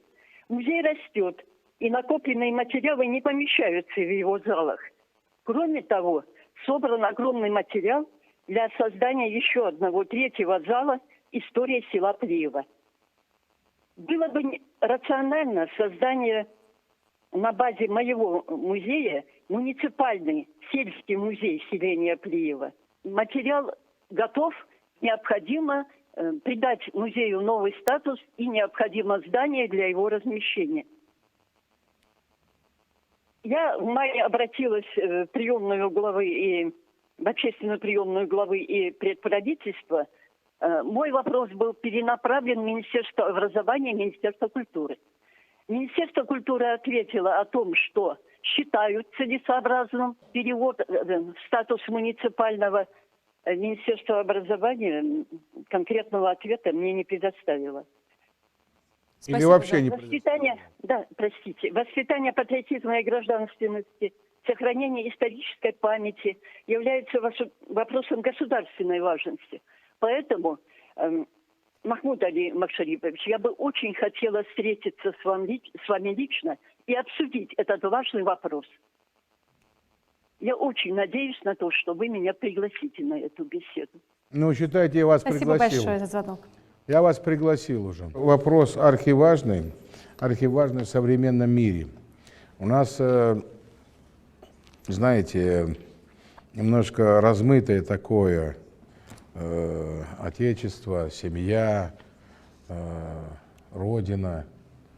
Мы думаем где-то вот, ну не мы, к сожалению, я размышлений некоторых слышу, что как будто мы там отдельным, там, в каком-то своем местечке живем. Там. Слушайте, родина у нас одна. Россия. Отечество у нас одно, Россия. Живем мы в Ингушетии. Другие живут на Камчатке. 5-е живут в Москве. 6-е живут в Твери. Но родина у нас одна. И вот этот человек, Краеведческий музей, она на базе сделала, да? И она старается это что-то сделать, потому что без прошлого, если не будем знать, ну это пусть не кажется вам, что там повторяется, да, но нет будущего. Я не знаю, Залина Исраиловна, наверное, вы-то вникли в этот вопрос. Если нет, то у меня просьба, Минобразование не знаю, какое там отношение, и муниципалитет, если Плиева, Измайлов, Амиран, значит, вот давайте вот троем посмотрите, значит, если это нужно вмешательство, я приму эту женщину, обязательно Малика Аис, вот, я Малику приму, да, значит, там определится Мадаш, значит, а вы возьмите, посмотрите с точки зрения и юридически, Лиза Руслановна, там надо посмотреть, что такое перевод, поняла, да, что, я не понял, имущество частное, казенное, образовательное, то есть, поняла, да, то есть перевод имущества, что это, на балансе у кого это, хорошо? Все, Баркал. Махмуд Али Макшарипович, ранее у нас был звонок от жителя, который проживает за каналом, Мурада Бузуртанова. К сожалению, мы не смогли его услышать, он нам прислал аудиосообщение. Давайте послушаем. Ассаламу алейкум, Болберкити Халчин. Я хотел такой вопрос задать. Мы живем в Назране за каналом в районе стадиона Ангушт. У нас трансформатор стоит уже лет 10-15, если не больше, но в последнее время очень плохая подача электроэнергии идет. 120, 160, 180 вольт, не больше. Постоянно техника горит, проблемы большие. И этот трансформатор стоит по улице Лесной, центральная улица за каналом, рядом со школой 21. Дети ходят рядом, трансформатор не огороженный, очень в плачевном состоянии. Буквально месяца 3 назад у нас была встреча с заместителем администрации, главы администрации, с работником МРСК. Но они обещали в течение месяца этот вопрос решить, трансформатор огородить, поменять, если необходимость есть в этой замене. Но уже прошло 3 месяца, никакие действия не производятся по этому поводу. Барку. Спасибо большое. Значит, вот срок до 25 числа. МРСК, глава, кто вы там. Вот все берите, значит, да? И я вам скажу, и при необходимости, если есть такое основание, это источник повышенной опасности. Если он надлежащий по инструкции, по положению не огорожен, тем более там школа, детский сад, да, то там несчастный случай будет, там волисок, понимаете, вы так не пройдет. Значит, берите, если чья вина это, Лиза, направляйте в прокуратуру на возбуждение уголовного дела, оставление, значит, объекты опасного, то все. Там есть нормативные акты такие, да. Вот и набирайте. Сперва они пусть 25 числа определятся и скажут. Нельзя так делать. Чей это, на балансе у кого он? Объект бесхозный, Махмуд Алимов. А? Бесхозный объект, Махмуд Алимов. Бесхозный? Да. А вот считайте, что вот он бесхозный, подписано, значит, вступила в законную силу. Вот берите соглашение, оно подписано. Вот вы берите, вон, с мэром города, город Назрани, берите, значит, и разбирайтесь с этим. Не. Передайте, пожалуйста. Я говорю, мне доложить, а так все остальное пусть делает. А так там 120-130 вольт, там еще что-нибудь. Имейте в виду, те вопросы, которые я прошу с вас, садитесь, а оградить незамедлительно. Спасибо большое. У нас на протяжении всего эфира, я напоминаю, работает колл-центр. Зелимхан Калоев, давайте обратимся к нему. Зелим, сколько обращений уже поступило и на что жалуются, что интересует наших жителей прежде всего? Обращений действительно очень много. Анализируя уже обработанные обращения, могу смело отметить, что больше всего наших жителей по-прежнему беспокоят вопросы, связанные с социальной сферой. Это выплаты, меры господдержки, жилищные вопросы, вопросы, связанные с выделением земельных участков, трудоустройство, ситуации на дорогах, обеспечение лекарственными препаратами и многие другие. По традиции много вопросов касаются земельных участков. Давайте зачитаю один из них. В наш колл-центр обратился Альдиев Микаил. И давайте зачитаю его вопрос. Я являюсь арендатором земельного участка, расположенного в Магасе. Ранее мне был выдан другой участок, на который мной был заказан проект строительства объектов производственной деятельности и закупленные модули для автомойки. Позже правительство республики провело на моем участке исследование, где выявили, что данный участок является археологическим памятником. В интересах города и республики я дал согласие на перенос моего участка в другое место. Новая конфигурация участка внесла корректировку по изменению проекта планировки. Мои расходы город мне так и не покрыл. В настоящее время по причине здоровья я хочу передать данный участок своему сыну Альдиеву Адаму Микаиловичу, старшему лейтенанту вооруженных сил Российской Федерации, который в настоящее время принимает участие в специальной военной операции. Награжден орденом за воинскую доблесть второй степени, медалью за отвагу и представлен к ордену мужества. Прошу вас поручить Минимуществу республики оказать содействие в сохранении участка за моим сыном, который сможет после окончания службы в СВО продолжить строительство. Надеюсь, что с вашей стороны найду понимание в моем вопросе. Спасибо большое. Сразу так понятно, юридический вопрос. Земля передали, исследовали, признали его, что там, а что там признали-то в Магасе? Археологическим. Ну, раскопки были?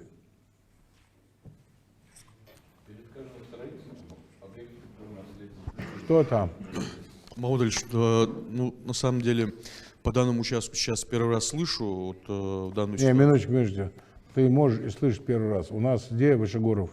Мурат, ты это должен слышать. Ты же за тобой числится это.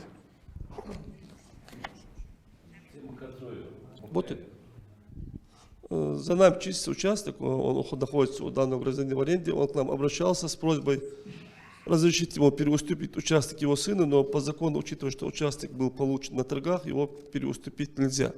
Но мы ему разъяснили, что в случае желания он может заключить со своим сыном договор субаренды участка и таким образом его передать своему сыну. Официальный ответ ему направлен, он к нам письменно обращался. Так, вообще-то юридически правильно. Не может передать по наследству, это уже не частная собственность. Это человек, вот было у него в аренде. Он может только субаренду передать, да? Юридически. Значит, давайте так. Все-таки у него находится сын СВО. Я еще раз подчеркиваю, это особая категория людей, которые мы должны помогать безоговорочно. Но, конечно, не нарушая законы, потому что это неправильно. Но по возможности, значит, надо рассмотреть вопрос вот в чем. Продумайте эту ситуацию, встретитесь с ним, разъясните это все лично. Вы встречались с ним? Нет, не встречаюсь, он письменно обращался. Я найду для него время, а вы уж найдите, пожалуйста. Понятно. Берите вон юриста своего, ажал, и не просто там претензиями. Просто человеку надо сесть и сказать, ажал, еш-дуня. Вот. Другая ситуация, если сын, надо посмотреть, мы, кто на СВО уходит по контракту, мы же предлагаем им землю, участок. Выдавали ему участок это или нет? Кто скажет? Есть кто-нибудь? Кто знает? Он, а? У него сын военнослужащий, он служащий Минобороны, он под нашу категорию попал. То есть он уходил из другого региона? Он служащий Министерства обороны, он офицер. Я же говорю, кто идет из республики, заключает контракт, или он вот других регионов, у нас многие ушли, там у нас не одна сотня и тысячи там несут службу-то. Я имею в виду, посмотреть нужно этому человеку, то есть, когда он шел, он от нас ушел, тогда ему предлагали, наверное, землю. Если нет, нет, да, не от нас. Кадры военных. Тогда надо юридически разобраться и разъяснить. Хорошо? Ну, встреться с ним лично. Я понял. И доложишь, он, архив, записывай. Махмуд Али Макшерович, разрешите мне зачитать следующий вопрос, точнее дать слово. Есть видео-вопрос, пожалуйста, давайте послушаем. Уважаемый Махмуд Али Макшарипович, меня зовут Стратулат Ольга Витальевна, я советник директора по воспитательной работе в Молочанской школе номер 2. У меня вопрос для вас. Будут ли в этом году подарки от Республики Ингушетия для детей Токмакского муниципального округа? Токмакский район, да? Да, Токмакский район. Молочанская школа. Заказали? А мы так и в прошлом году им направляли. Это какая школа, вторая? Да. Вторая школа. Молочанский район. Ну, во-первых, Светлана, да? Угу. Отчество не уловил. Хотел бы сказать, Светлана, здорово, что вы к нам позвонили, но у нас за нами закреплен Токмакский район в определенной части. Мы этим занимаемся, и у нас там определенное количество людей уровня замминистра, которые проводят там работу. У нас есть там замминистра строительства и бригада, которая за нами закреплена, и мы там производим определенную работу. Значит, но в то же время Токмакский район мы гуманитарную оформляли и другие моменты делаем. Ну, я понял. Вот. Поэтому надо продумать только. Надо продумать. Администрация, вот представитель правительства, продумайте, значит, именно созвониться. Может быть, ну, чтобы это рыбки не дарили, да, фигурки какие-нибудь. Надо что-нибудь функциональное, да?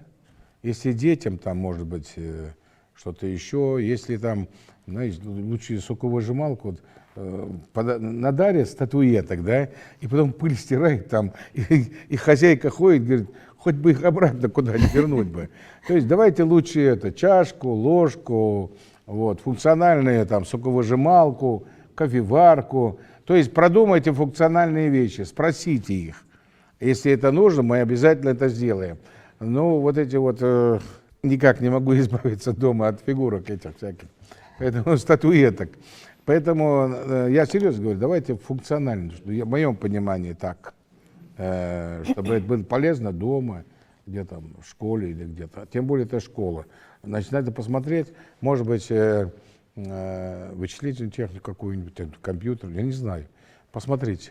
Надо связаться, Владимир Ильич, напрямую с ними, знает там их, и надо будет определить. Но и при необходимости, вот все сидящие здесь, я убежден, примут участие. Каждый купит ранец, если нужно, каждый купит какой-нибудь набор для рисования для детей или что-то еще. Каждый. Поэтому список Мадаш Васингериевна передашь вон Оздоеву. Передайте, пожалуйста, микрофон. Все, кто здесь, у нее список, все вы здесь, у нее записаны. Пожалуйста, а потом привет передадите. Мы на самом деле курируем эту территорию, и мы уже отправляли полную «Газель» специальной ученической наборы, активные доски на 1 сентября с помощью наших. Владимир Ильич, я не хочу тоже вас прерывать. направили. Ну, я же знаю, что я же сказал так, сейчас не будем перечислять там, это вот сейчас скажут вот 10 портфелей. Мы все отправляем и будем отправлять, понимаете? 1 сентября, я помню, 500 более, по-моему, отправили ранцевые. Я и сейчас говорю, если обращается, надо уточнить просто и функциональное что-нибудь такое, когда это понадобится и в школе, и я знаю, что вы напрямую работаете с ними. У нас есть звоночек, давайте его примем. Алло, говорите, вы в эфире. Здравствуйте. Говорите, пожалуйста, вы в прямом эфире. Алло, Садик Олшин. Как участник СВО, Нагасан Оз, Тонбич вместе, ранение, Монтик Анхович, ранение Узусуси, но инвалидность Хамяхс, инвалидность, как Хаис Мегиш. Инвалидность делучи, вейтиг, адаптация, Монтик Жуев, Еш, я Мачханю, Спасибо большое. Положена ли адаптация после получения ранения? Я понял, он раненый, да? Да. Значит, дал маршал Олто. Ажал Минтруд кто здесь? У нас уехал, да? Командировки. Значит, смотрите, вот берите его, великолепно построили корпус для ветеранов в Сурхахах. Вот. У нас там очень хорошо отдыхают и говорят, не лучше, чем в Кисловодске.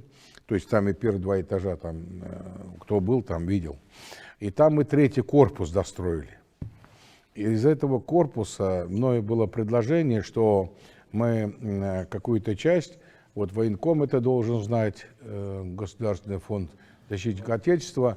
Значит, я вам скажу, вы были там вообще? Ты был-то? Где ты был? В Сурхахах. Значит, у меня просьба какая, Муслим? Значит, берите с военком, туда съездите, посмотрите. Там должна была через замминистра, да, исполняющий обязанности. Я почему говорю, надо поехать, все-таки Государственный фонд защитник и военком. Вам легко будет говорить с людьми. Там на 50 мест мы построили 3-й корпус. Да, на 50. Да? Вот я там говорил 30%. Оставьте для реабилитации, потому что у нас нет такого реабилитационного центра, у нас нет помещений, зданий. Мы решили там 30% от этого помещения. Вы сделали его или нет? Да, сделали. А финансирование нашли, чтобы она функционировала, обеспечение оплаты работникам? Насчет финансирования там вопрос еще не решен, но... Не решен? Не решен. Он решается или где-то? Решается. Далеко? Я думаю, в следующем году, в начале года. Смотрите, вот вы военкома-то не трогаете, а вы вдвоем. Возьмите, встретитесь с этим молодым человеком, пригласите или посмотрите. Там можно, ведь у нас там ветеранов, но там можно, наверное, у нас нет реабилитационного центра, понимаете? Я своис. Тамерлан, возможно финансирование там бесполезно? Как? Какой год? С января будет, с 1-го. Передайте, пожалуйста, тогда. микрофон, чтобы мы могли вас Но слышать. если у него терпит, то есть надо с ним переговорить, почему я говорю, встретитесь. Если так он подождет, то там великолепный корпус, персонал хороший, техника хорошая.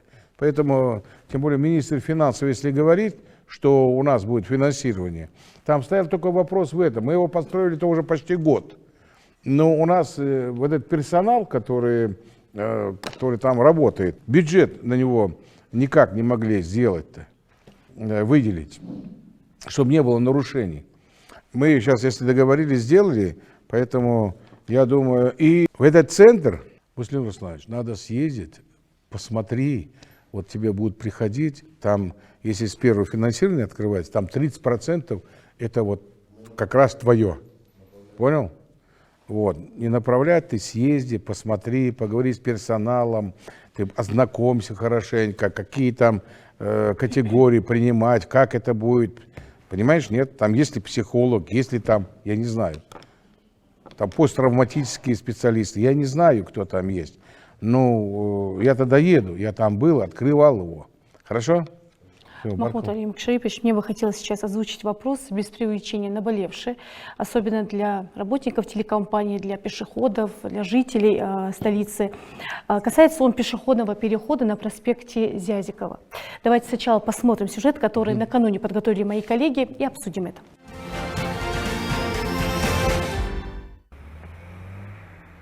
Сейчас, в послеобеденное время, на проспекте Идриса Зязикова в Магасе движение автотранспорта не такое сильное, чего не скажешь в утреннюю пору. Кто на учебу спешит, кто на работу, в итоге создается масса неудобств для всех участников дорожного движения.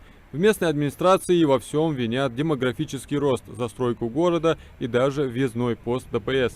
Отсюда и высокая аварийность и травматизм участников дорожного движения. Часто фиксируются и случаи наездов на пешеходов. Особенно на этом месте пешеходный переход ведет к остановке для общественного транспорта. Водитель, если останавливается пропустить пешехода, создает помеху и затрудняет движение автотранспорта по целой полосе.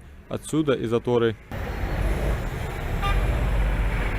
Меры какие-то все же мэрия Магаса предпринимает. Проложили новый пешеходный переход чуть дальше от остановок. Установили и светофор, но движение на проспекте он пока никак не регулирует.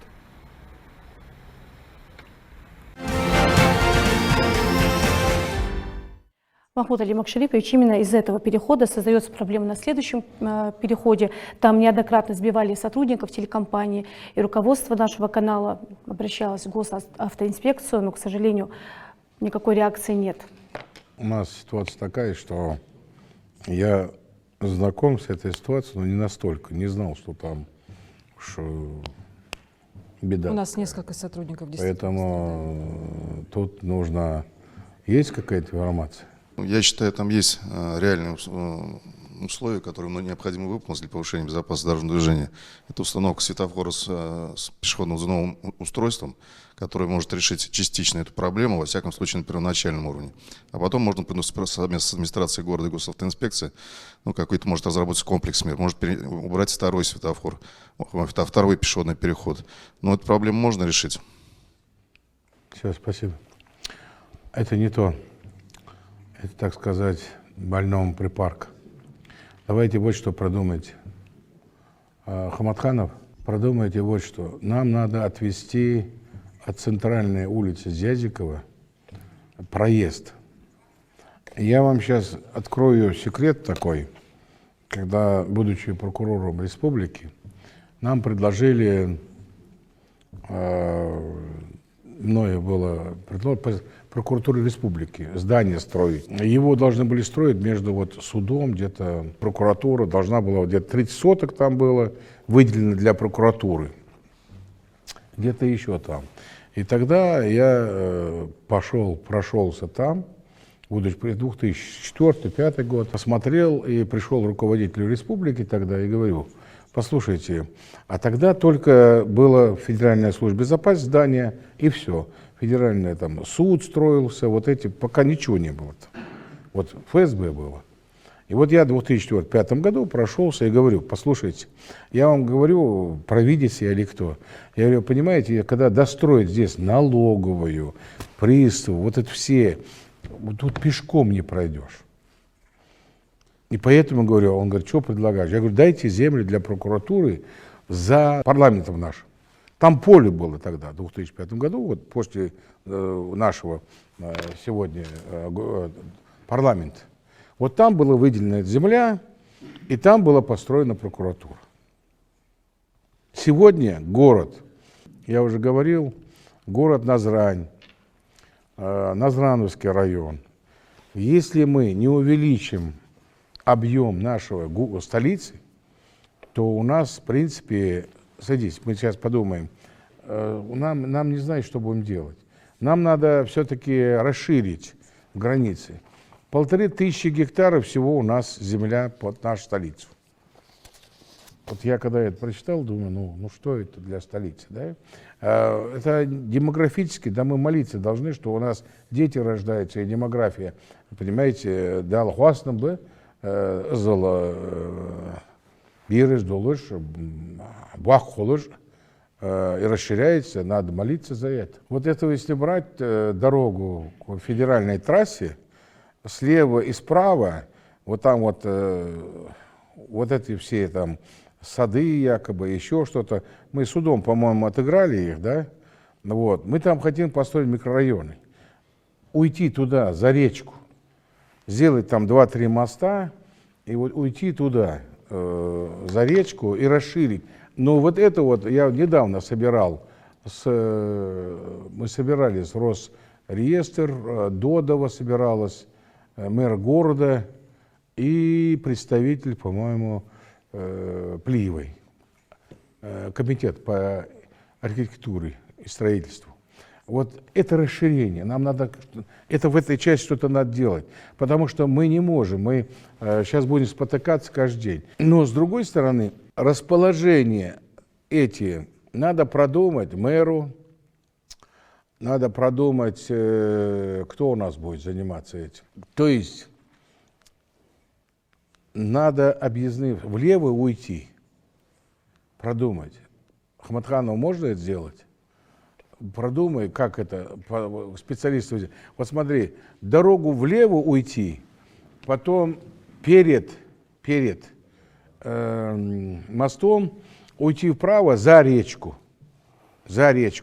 Там дорогу и здесь мост, вот запланировать это, чтобы не ехали все, понимаете? Можно это? Есть такой план? Мы не можем ограничивать транспорту проезд там, потому что это легковой транспорт, и все они едут на работу. Это место действительно проблемное. Я думаю, там единственный выход – это сделать подземный переход. Это единственный выход, чтобы решить раз и навсегда эту проблему. Потоки можно развести? Можно развести, но они же не разъедутся. В любом случае, они будут ехать по этой дороге. Это центральная дорога, и все они едут туда. Можно развести, но каким образом? Ограничить как-то запрещающие знаки ставить, кому их можно поставить?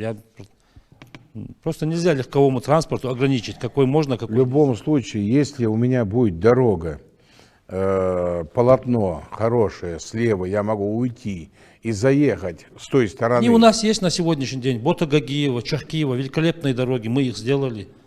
Они там очень хорошие дороги в Магасе. Да, дублирующие. Они могут по этой дороге ехать, они почему-то не едут. Вот они в очередь становятся и едут именно по Зязиково.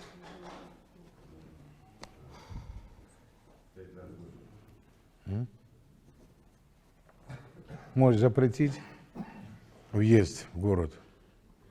Там лучше запретить утром в какой-то период с 8 до 9, что ли, до 10, ну какой-то период понимаете, запретить. это же ужас какой-то. Я не понимаю. Калечат людей, значит, потому что надо по центру проехать. И что это такое вообще? Махмуд Алиевич, разрешите? Махмуд Алиевич, там проговаривали совместно со специалистами ГИБДД, там проблема основная в том, что по утрам действительно машины и пешеходы переходят, но дело в том, что там остановки прямо напротив друг друга поставлены. Специалисты ГИБДД нам посоветовали немного, чтобы развести потоки, сделать с одной стороны перенести остановку выше, что мы в принципе и собираемся сделать. Там сделали соответствующий пешеходный переход и установили светофор. Сейчас его до конца года осталось ввести в эксплуатацию. Помимо этого еще нами планируется установить светодиодный светофор, который также будет регулировать. Тут дело в том, что они одновременно напротив друг друга через две остановки переходят люди. И вот это вот как раз-таки затрудняет движение. А почему остановки мы прям вот студенты, молодые, значит, почему надо что он вышел прям и в «Газель» прыгнул прям? Почему нельзя их за километр, за 500 метров эту стоянку сделать, остановку сделать? Совершенно верно, Махмуд Ильич. Еще один момент, то что... Вообще, минуточку, все, я понял. Давайте продумайте вот что. Специалисты и Хаматханов, и ты. Кто там еще? Берите остановки, вообще убрать с этой центральной улицы. Там идти-то всего 10-20 минут. Слушайте, действительно, калечит дежлил девиос. Бирать вообще за углом, какая там дорога идешь, ты говоришь, что построили туда. Вот туда ее завернуть, там остановку поставить. Мы прорабатываем этот вопрос, Махмуд Ильич. Нельзя же по центральной улице. Я и не говорю, вы можете представить, представляете, вот что будет? Уже надо дорогу вокруг делать. Одну, вторую тоже. А эту обрубить, как Арбат сделать. И все. Деваться некуда. Пешком, слушай, я не... Давайте вот продумаем, давайте вот прям решим, что по Зязикова у нас машины не катаются. Имеются пассажирские и какие еще? Грузовые. Продумайте, Хаматхан, у тебя больше опыта, и вот мэр возьмите, кто еще специалисты в этой области? Михаил, может быть, продумаете, я не знаю. Но передачу, там же вообще вот даже не перейдешь дорогу, правильно говоришь? Я считаю, что если все... А сейчас площадь сделают, а сейчас там запустят торговые центры. Представляете, сколько там людей будет? Но как вы говорите, если на сегодняшний день это как Арбат сделать, и есть и других регионов такие вот, начиная с того перекрестка, от мэрии начиная, и до самой мечети сделать пешеходную эту зону, и мы все перекроем, и будет хорошо. И они будут объезжать все. Куда надо будет ездить, то есть проблем не будет. И я буду потихоньку объезжать, пешком ходить. Ничего страшного нет, там, ну максимум идти вот туда-сюда, это 30 минут. Наш Магаз-то. А? Не откладывайте, давайте вот до Нового года, давайте-ка продумаем ситуацию. Значит, вот что сделаем мы. До 10 декабря идея, и меняем. Ставим знаки с ГИБДД и Игорь Анатольевич, первый туда становись начальником. И мы берем и говорим, пешеходная зона. Разрешите предложить разные предложения на ваше рассмотрение. А? Изучите разные предложения, предложить на ваше рассмотрение. Разнотравие, да, но ориентируйтесь в любом случае. Посмотрите, как сюда подъезжать, как туда подъезжать. В любое место можно подъехать с левой стороны и продумать, вот по той стороне проехать один мост. Может, продумаешь, как это сделать? Вот чтобы там заехать. Не откладывай только. Все. Махмуд Алимак Шарипович, я напоминаю нашим телезрителям, что мы больше 2 часов в прямом эфире. И на ваш вопрос отвечает глава республики Махмуд Али Калиматов. И у нас есть видеообращение от жителей нового микрорайона Яндари. Давайте послушаем, посмотрим.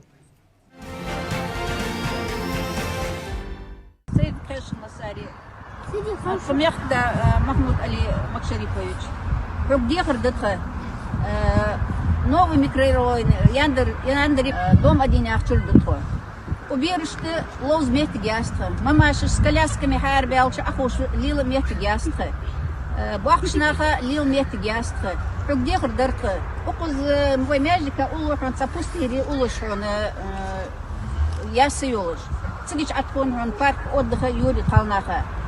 Бирж лозхан площадка Юрий футбольная, волейбольная. В школе деши бирж даду тротуар бахцан датвахон. Ваш лох бирж ты кубш бех и скользкая не ождахцан датвахон. Что он дихр дартха, но букдартха дихр, но основной дар чем хади ваш надел что саху даршин. Баркал. Это Яндари? Да, это новый Слушай, ну, Измайлов, что ты, вставай, что ты. Я тебе... Вот. И министр спорта где? Вот, вставай. И министр спорта. Ажал Хаити.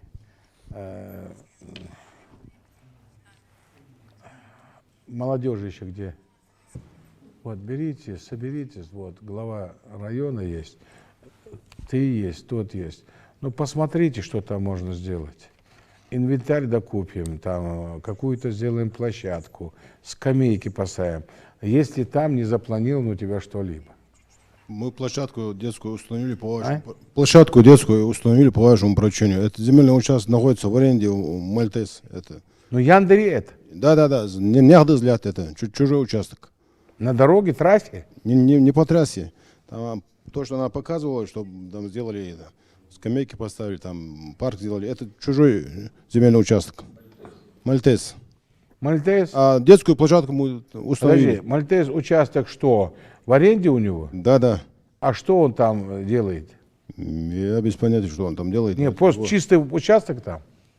Там участок, у него там строение, это все ему принадлежит. Минимущество.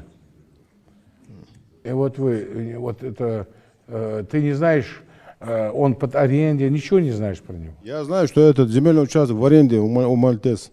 Мальтес, в аренде он? Да, да. А твоя эта земля? Нет, это не моя земля. Нет, республиканская земля, это собственность республики. Земля. Собственность республики. Сколько там гектаров? Там 18 гектаров было, на сегодняшний день не застроена часть, где-то 2,5 гектара осталось. Что там застроено? Там многоквартирные дома, там школа, детский сад, почта построены. Это квартиры строили для вынужденных переселенцев Чеченской Республики. Хорошо. Вы же, и программа это выполнена? Ну, я не знаю, программа через наше министерство шла, но участок вызывали аренду. Я не знаю, я знаю. Слушайте, за каждый метр нашей земли, которая казенная, вы должны знать. Если, я так понимаю, он написал, ну, любой строитель там или инвестор, он пишет, дайте мне землю, я под программу переселения. Там, наверное, определяет, сколько гектаров, сколько он должен был построить, сколько квадратных метров, тому подобное. Любой, кто бы ни был. Правильно? Правильно. Так вот, взять все эти документы, Лиза Руслановна, берите, запросите, кто там есть-то, и скажите, программа выполнена, земля эта свободна, аренду прекратит наполовину. Программа не выполнена и будет выполняться, оставляйте. Юридически. В чем вопрос-то?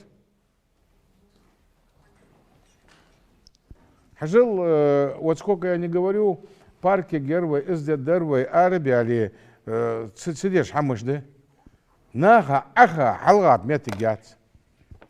И потом, вот сейчас, она-то с детьми, им правда некуда идти.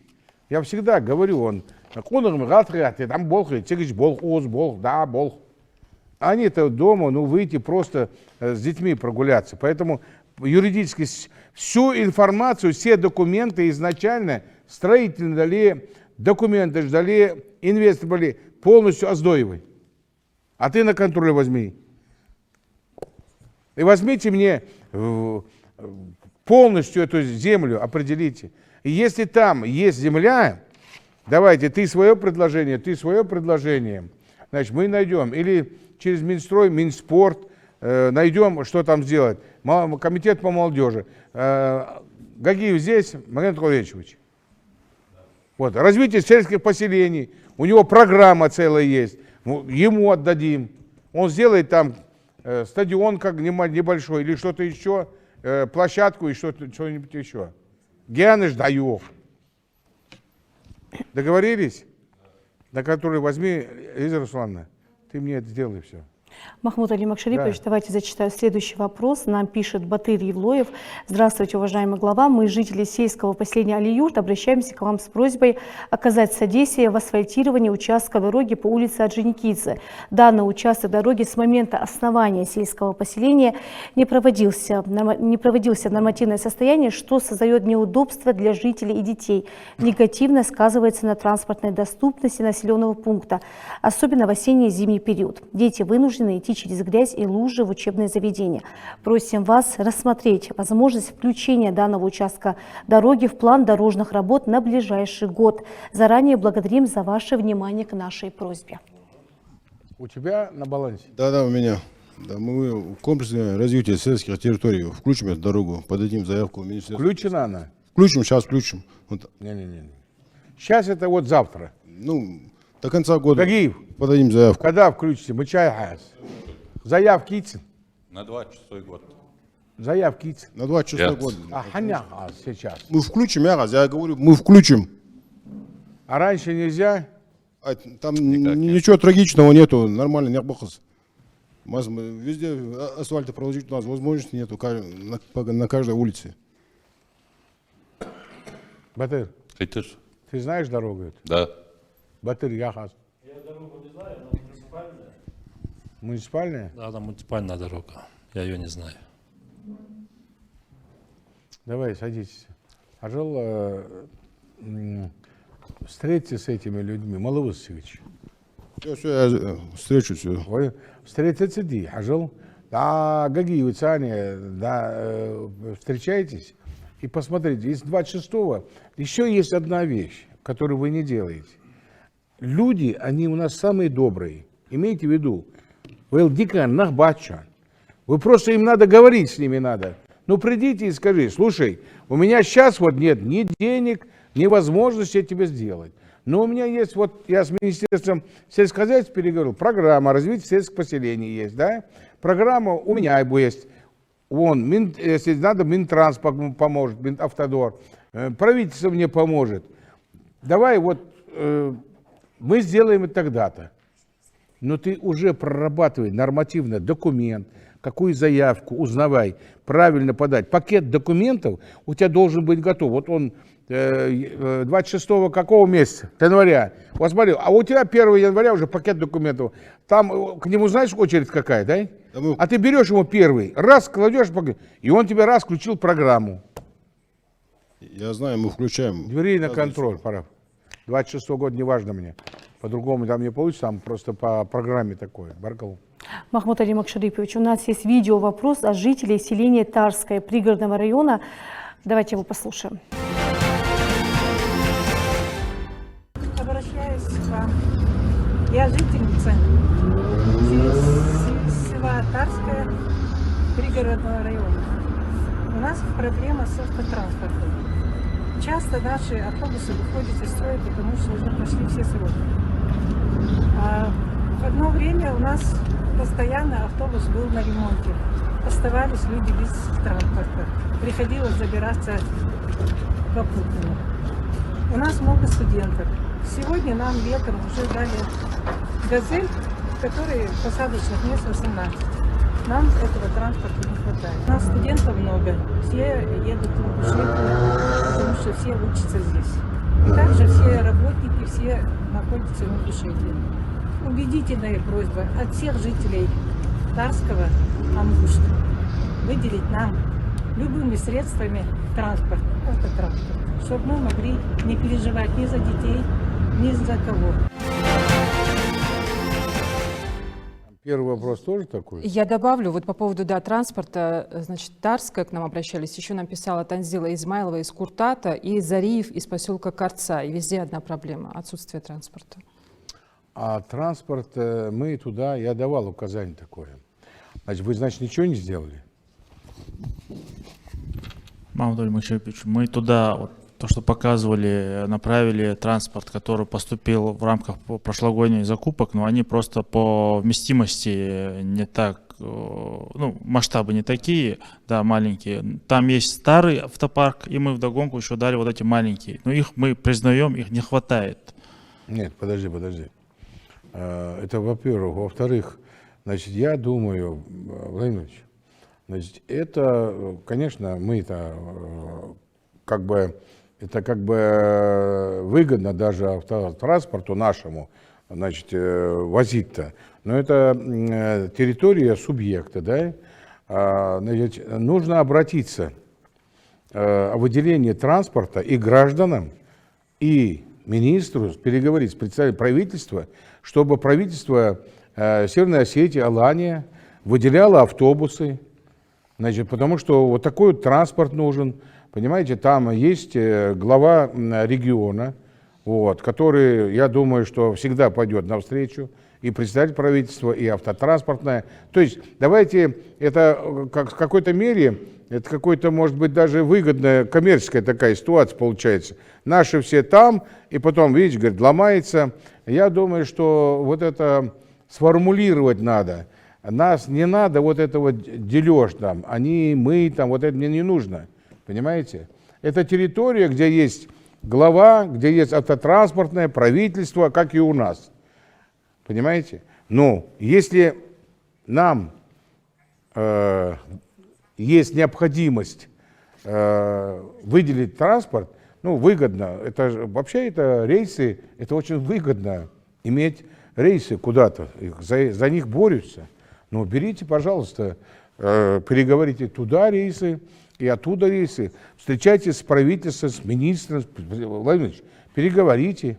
Значит, в чем проблема-то?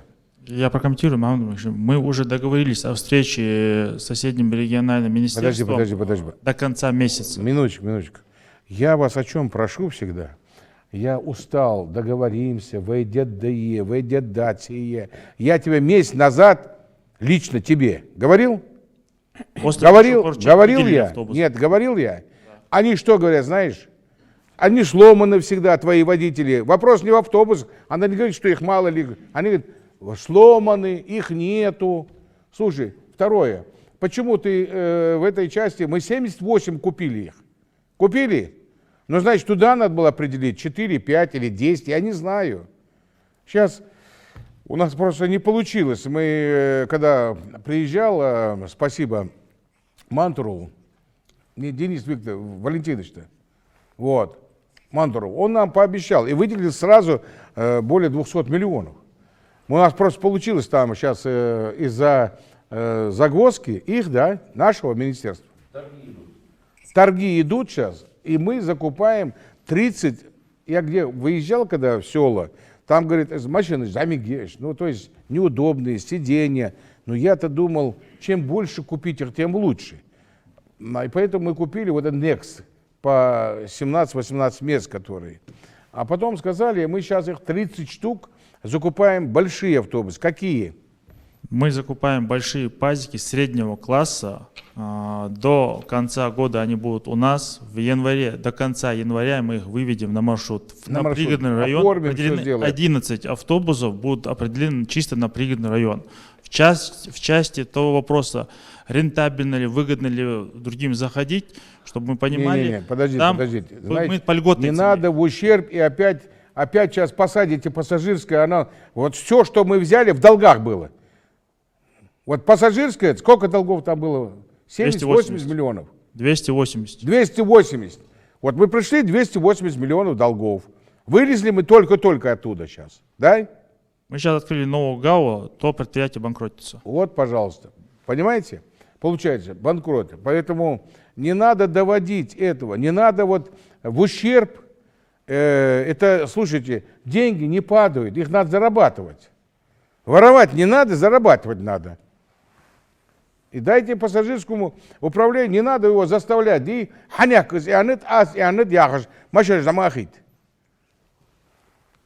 Четкий держите контроль, сколько литр, сколько денег. И если он в ущерб работает, линия, надо водителя, начальника посадить, сказать, почему? Почему? Садитесь. Владимир Ильич, возьмите это на контроль. Переговорите с представителем правительства Северной Осетии. Определитесь, какой транспорт, куда ходит. Я думаю, что и у нас... Новых. Определите, и давайте будем взаимодействовать в этой части. Потому что мы не можем определить там по желанию, у нас определенно мы берем на свою территорию, на своих жителей, полагаемся на наш поток пассажирский. Понимаете? И поток мы полагаемся, другой субъект, который едет, который от нас едет, а не оттуда едет. Понимаете? Поэтому надо говорить с правительством. Я думаю, что у нас Феликс Ильич вникнет в этот вопрос. Подумайте, как это сделать. Переговорите. Я думаю, это правильно будет. Потому что какой-то абсурд получается. Понимаете? И это все надуманное. Понимаете, вот это и рождает вот эту надуманность, непонятность. Понимаете?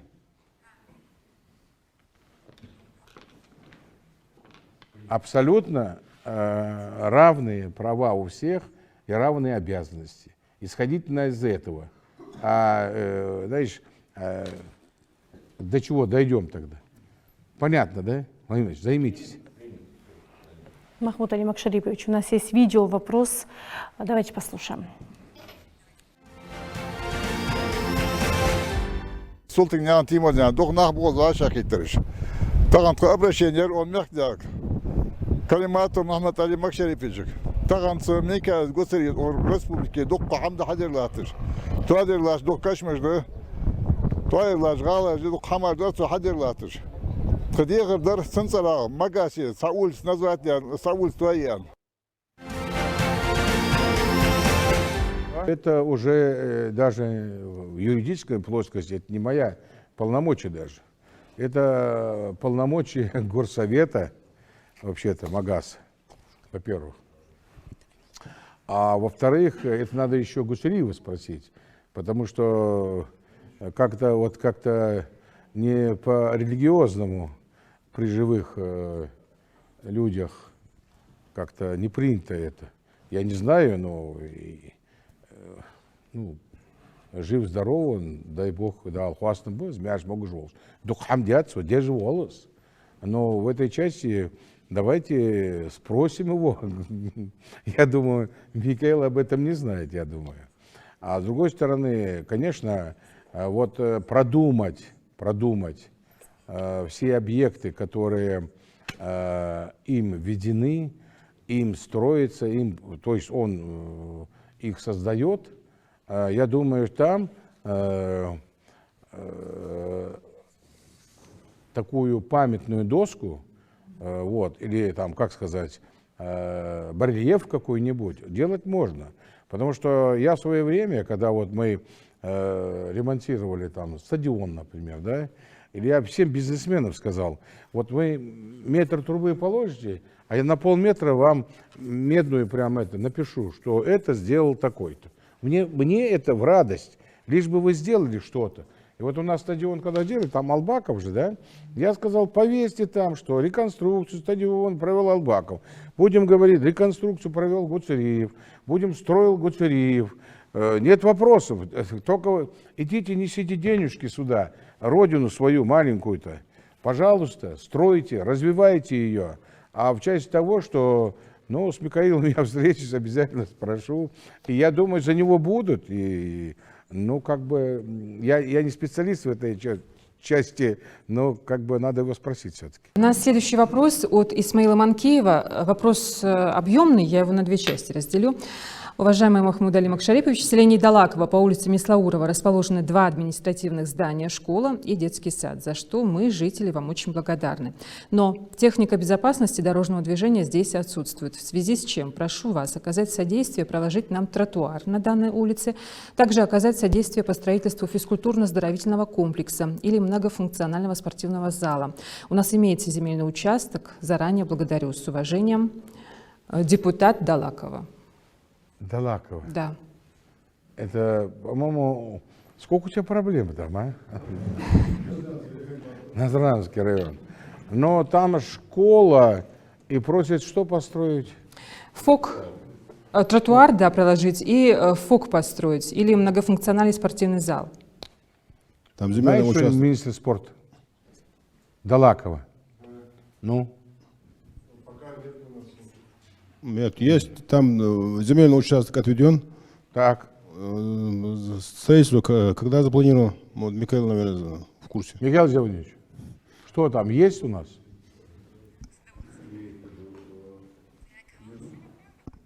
Где новая школа и садик, они там имеют в виду. А... Земля отведена до Далаково, под что? Да, есть отведена под линию специально для этого. И проектируем уже. Проект готов будет буквально в считанное время. То есть Далаково отведена земля под ФОК? Или? Да, я говорю, уже отведена. Проект привязан. И уже полностью. Проект есть? Да, почти готов. Почти готовый? Да. А что еще заявитель говорит? Школа и детский сад есть, но нет тротуаров, да, вот безопасность отсутствует. А вторую часть, которая вот сейчас, школа и детский сад, это новую школу, которую в прошлом году мы сдали вот здесь. Уже сдали мы? Да, сдали. Там надо, имеется в виду, тротуар сделать. Там садик и школа. Вот что.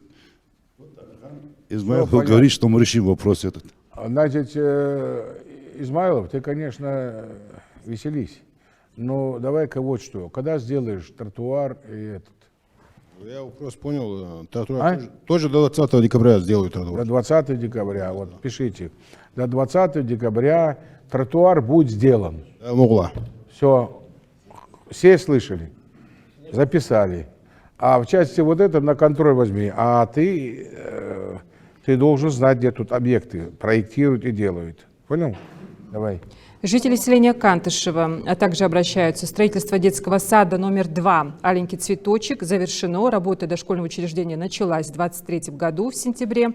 Но дорога на улице Экажевская протяженностью 450 метров, состоящая из ПГС, где находится тот самый детский сад, в плачевном состоянии. Также на данной улице отсутствует тротуар, уличное освещение, что также создает большие неудобства. Ну, я немножко отступлю. Вот как раз это о том, что я говорил. Да. Насчет Экажевского школы, да? Когда вот говорят, давайте построим. Вот эти школы, все они вынесены за территорию, за границу сельских поселений. Понимаете? Я же говорю, нам деньги дают на детский сад, на школу, на больницу, на здание, сооружение, двор и оборудование. А у нас что получается? За полкилометра, сколько она там, вот примерно там, 450 метров, да, и юрта, вышли за юрт и сделали, да, клях да тяж. А потом, там же свет нужно провести, воду надо провести, дорогу надо провести и все остальное. А на это деньги не дают. Понимаете, нет? И это все ложится на плечи руководителя района, города. Ну, Измайлов, ну, твои вопросы, твои проблемы.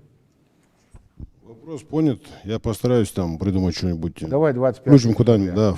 20, это 20-го у тебя тротуары, да. 25 декабря. Да, в будущий год я постараюсь включить будущий программу. год. Да. Тогда встреться с людьми, да. Объясни им. Угу. Скажи, вот я сегодня тротуар там должен сделать, там должен, у тебя сам больше этих вопросов. Ну, район большой, разбросанный. Поэтому объясни людям, хагулуби, ажил оз, это вопрос если, ажил оз, давулон, сабуак гушон ал. Понимаешь ты? Потому что у нас это не наше. Если бы это региональный был, вон, Хамадханов сидит, но я не могу его заставить, потому что он там не будет делать, где должен, а будет делать там, где должен ты. А потом начинается, там не сделали, здесь не дошли. Понятно? Спасибо. Объясняй с людьми, пожалуйста. Махмуд Али Макшарипович, у нас аудиозвонок. Давайте на него ответим. Говорите, пожалуйста, вы в прямом эфире, вас внимательно слушают. У меня вопрос такого характера. Так случилось, что уже почти 2 года назад члены семьи поставили диагноз онкологического характера. Мы состоим на учете онкологическом в Плиево, и получается так, что иногда отсутствует лекарство. То есть у пациента решением консилиума каждые 4 недели должен получать препарат. В нашем случае препарат иммунотерапии Неволумаб. И раньше хотя бы направляли в другие регионы соседние, но в последнее время и туда не направляют. Приходится очень часто, приходится долго ждать препарат. И просрочка идет. Вовремя, да, дал препарат. Хотелось бы спросить, в курсе ли вы данной проблемы и что делается для решения этой проблемы? Есть такая проблема, периодически бывает. Не, скажите мне, линолеум? Это препараты для химии. Не, я правильно записал его? Нет, или нет? Неванолуп. Как? Неванолуп препараты. Да вы в микрофон скажите. Неванолуп препарат для химиотерапии. Так, и что? Сколько у нас больных, потребность у которых вот это лекарство? У нас инъекционные формы закупает онкологический диспансер в сельском поселении Плиево. Таблетированные формы передали Минздрав. Это человек откуда был? На себя. Откуда это? С какого поселения был человек? Из Яндари Мустафа, да? Хашагульгов Мустафа из Яндари. Хашагульгов Мустафа. Я что у вас попрошу? Вы у нас недавно приступили к работе. Значит, я категорически указания вам даю и говорил всем это. Это очень тяжелые болезни. Все льготники, все лекарства должны быть на контроле у вас лично или у вашего зама, независимо от больницы. Хорошо. Понимаете, о чем я? Потому что не дойдут они могут бать. Это лекарство очень дорогое, денег нет. Понимаете? А он должен его получать, ну, там, периодически получать, больной этот. Возьмите на контроль все льготные и те лекарства, которые необходимы очень больным людям, которые, не буду перечислять, болезни. Вот возьмите и пусть вам докладывают, вот ежедневно, если как хотите, еженедельно, ваш зам конкретно ему вот должностной регламент внесите лично, и вот он должен докладывать. У нас на сегодня 150 больных или 50 больных, лекарств у нас на них на 2 месяца, на 1 месяц. Лимиты должны вы знать-то. Я сейчас не хочу, но хочу, чтобы вы это сделали. Хорошо. Потому что вот, доверять я не против и не обижаю этих старших медсестер или главврачей. Но такие факты есть. Сколько не дозвонились, сколько не написали, сколько не дошли. А это жизнь и смерть, понимаете? Это люди тяжелые, больные. Он на учете состоит в этом диспансере. Понимаете? Возьми на контроль, Паров, с министром. Мне узнайте и дайте мне справку в форме докладной, сколько у нас таких там больных, сколько у нас нуждающихся, какие у нас параметры, есть ли заявки вовремя подали, кто не подал, что не подал. Вот ФОМС вам, если нужно, будет помогать в этой части, если вы предоставите документы ему, он надлежащие, я так понимаю, за это никогда не откажет. Но смотрите эти вещи. Не отказывает, да, подготовим все. Все тогда смотрите. Спасибо. Давайте, но с этим разберитесь, доложите мне по Хажигульгову. Так, мы в эфире. Напоминаю, 2 часа 38 минут. Давненько не обращались в колл-центр. Залимхан, вы нас слышите? Как у вас обстоят дела? Да, конечно, у нас активно продолжается работа по приему и обработке звонков от наших жителей. За время работы колл-центра национального телевидения поступило более 200 звонков. Напоминаю нашим телезрителям, что каждый из вас может обратиться к главе республики в течение прямого эфира, позвонив нам по бесплатному номеру 8 800 505 45 48. Либо отправить текстовые сообщения и видеовопросы в WhatsApp и Telegram на номер 8 928 098 23 33 или на личную страницу главы ВКонтакте. Сейчас бы я хотел зачитать еще один вопрос, который поступил к нам в колл-центр от жителя селения Экажева Алисхана Костоева, который проживает на улице Арсаноева. Мы, жители Экажева, обращаемся к вам с просьбой. Нашу улицу много раз обещали заасфальтировать. В 1 год даже нагнали технику, но дело не сдвинулось с мертвой точки. У нас большая просьба дать соответствующему министерству поручение включить в программу благоустройства эту дорогу. Она будет способствовать разгрузке центральных дорог. Так, это наша, Хамадхан? Нет? Возьмите, пожалуйста, микрофон. У тебя, да, дорога? Это наша улица. Я в курсе этой проблемы. Там километров? Там километров 3, там очень большая улица. Мы подали заявку в Министерство сельского хозяйства. Ждем, ждем ответа. А там Гагиев? Да. Что, там будет помощь? Постараемся. Ну, давайте вот что. Надо не то, что постараться. Надо действительно, вот большая улица. Очень большая улица. Самая большая улица в Экажеве. Улица в Экажеве. Самая большая улица в Экажеве. Давайте целенаправленно займитесь этим делом и хотя бы перспективы доложите мне на той неделе, во вторник. Какой там дата во вторник? Записывай. Ее несколько раз подавали по линии Минсельхоза. Бесполезно, да? Она не проходит.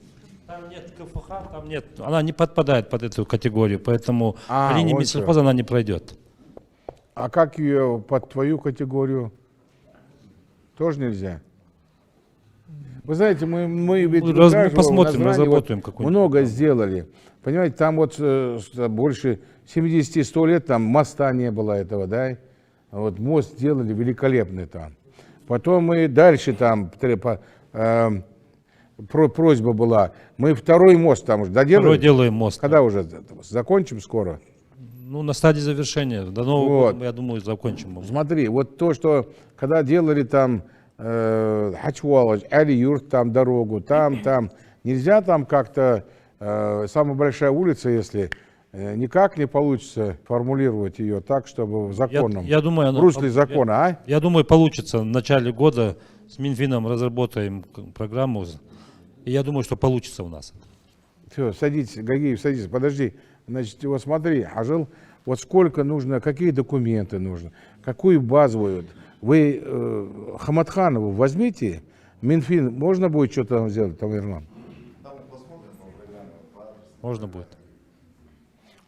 Понимаете, такие большие улицы, мы как-то сделали ее, вот Хаматхан делал ее, вот, например, Малгобеки, да, она Херсонская, да? Херсонская. Ну там 1,5 километра одна.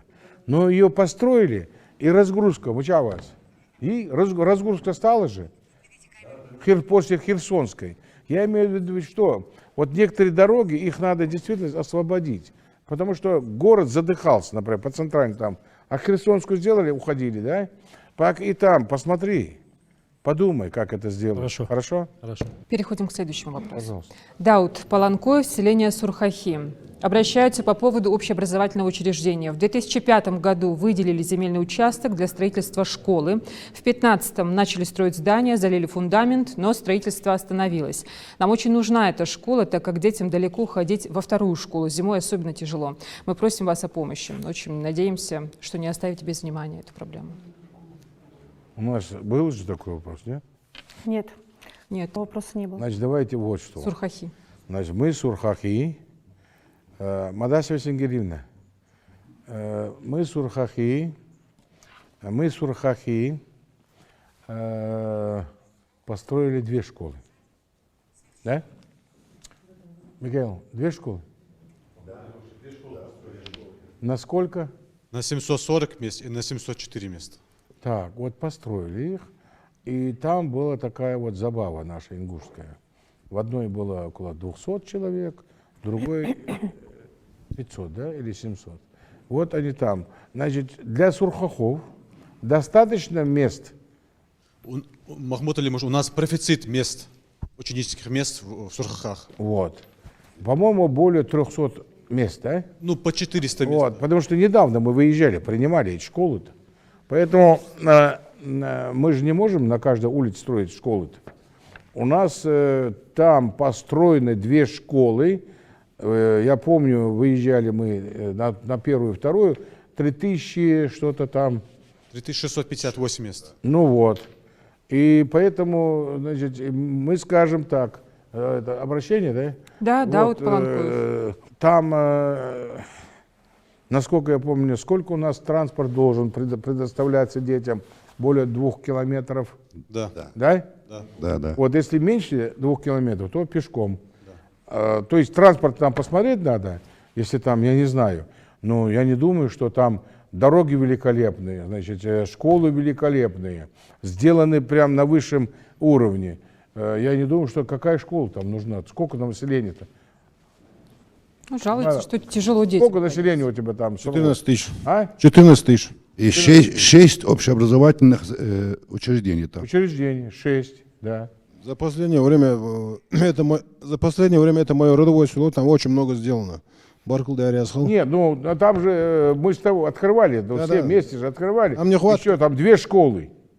Махмуд Алимович, там нехватка детского садика и ФОКа. Мы под это отвели землю. Отвели землю? Да, уже. Я там был наверху. Уже показали. есть проектно-сметная документация. Есть. Занимайтесь. Но по школам, так скажем, достаточно. Там сегодня, на сегодняшний день, профицит еще более 300 мест. То есть 300 мест. То есть в школах можно, да? Все, Баркал. Махмуд Алимович, я хочу еще добавить, у нас в реестре по линии Министерства образования той школы, то, что указано было в заявлении заявителя, она отсутствует в строительстве. А мы напоминаем, что это прямая линия главы Ингушетии Махмуда Али Калиматова. Прямо сейчас глава республики отвечает на вопросы жителей. И традиционно, чаще всего, они социального характера. Мне подсказывают, что у нас аудиозвонок. Давайте его примем. Говорите, пожалуйста, вы в прямом эфире, мы вас внимательно слушаем. Меня зовут Хади. Я звоню по поводу отсутствие освещения по улице Московской, начиная от Сбербанка до больницы. Но прежде чем затронуть этот вопрос, я хотела бы сказать, небольшое вступление сделать. Я знаю, что вы всегда реагируете на просьбы жителей Республики Ингушетия, не оставляете их без внимания. Спасибо, что всегда открыты к диалогу. Есть возможность обратиться к вам напрямую, решить наши проблемы.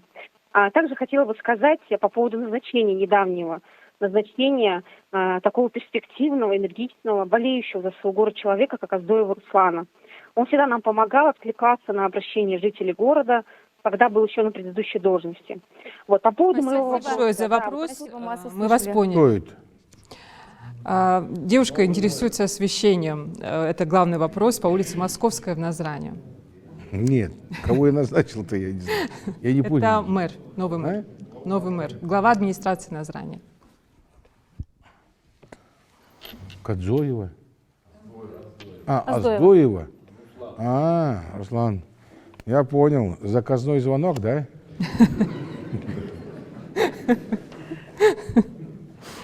Ну, это тоже нормально.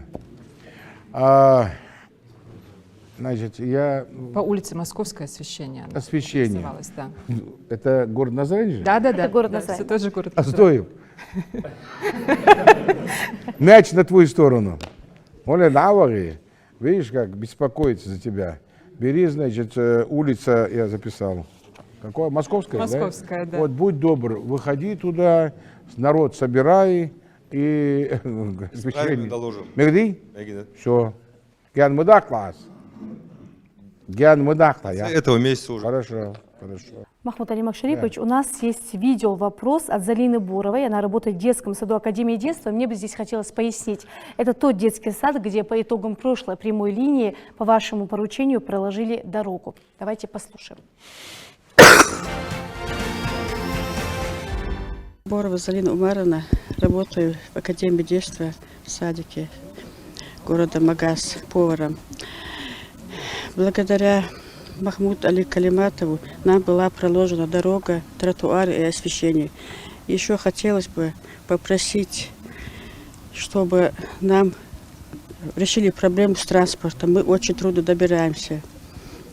Хотя дорога есть, но тем не менее хотелось бы, чтобы была остановка и газели хотя бы доезжали до этих пор. Если это возможно, я прошу вас сделать все возможное, чтобы был транспорт. Это у нас Магаз? Это Магаз. Магаз. Надо что сделать? По транспорту что?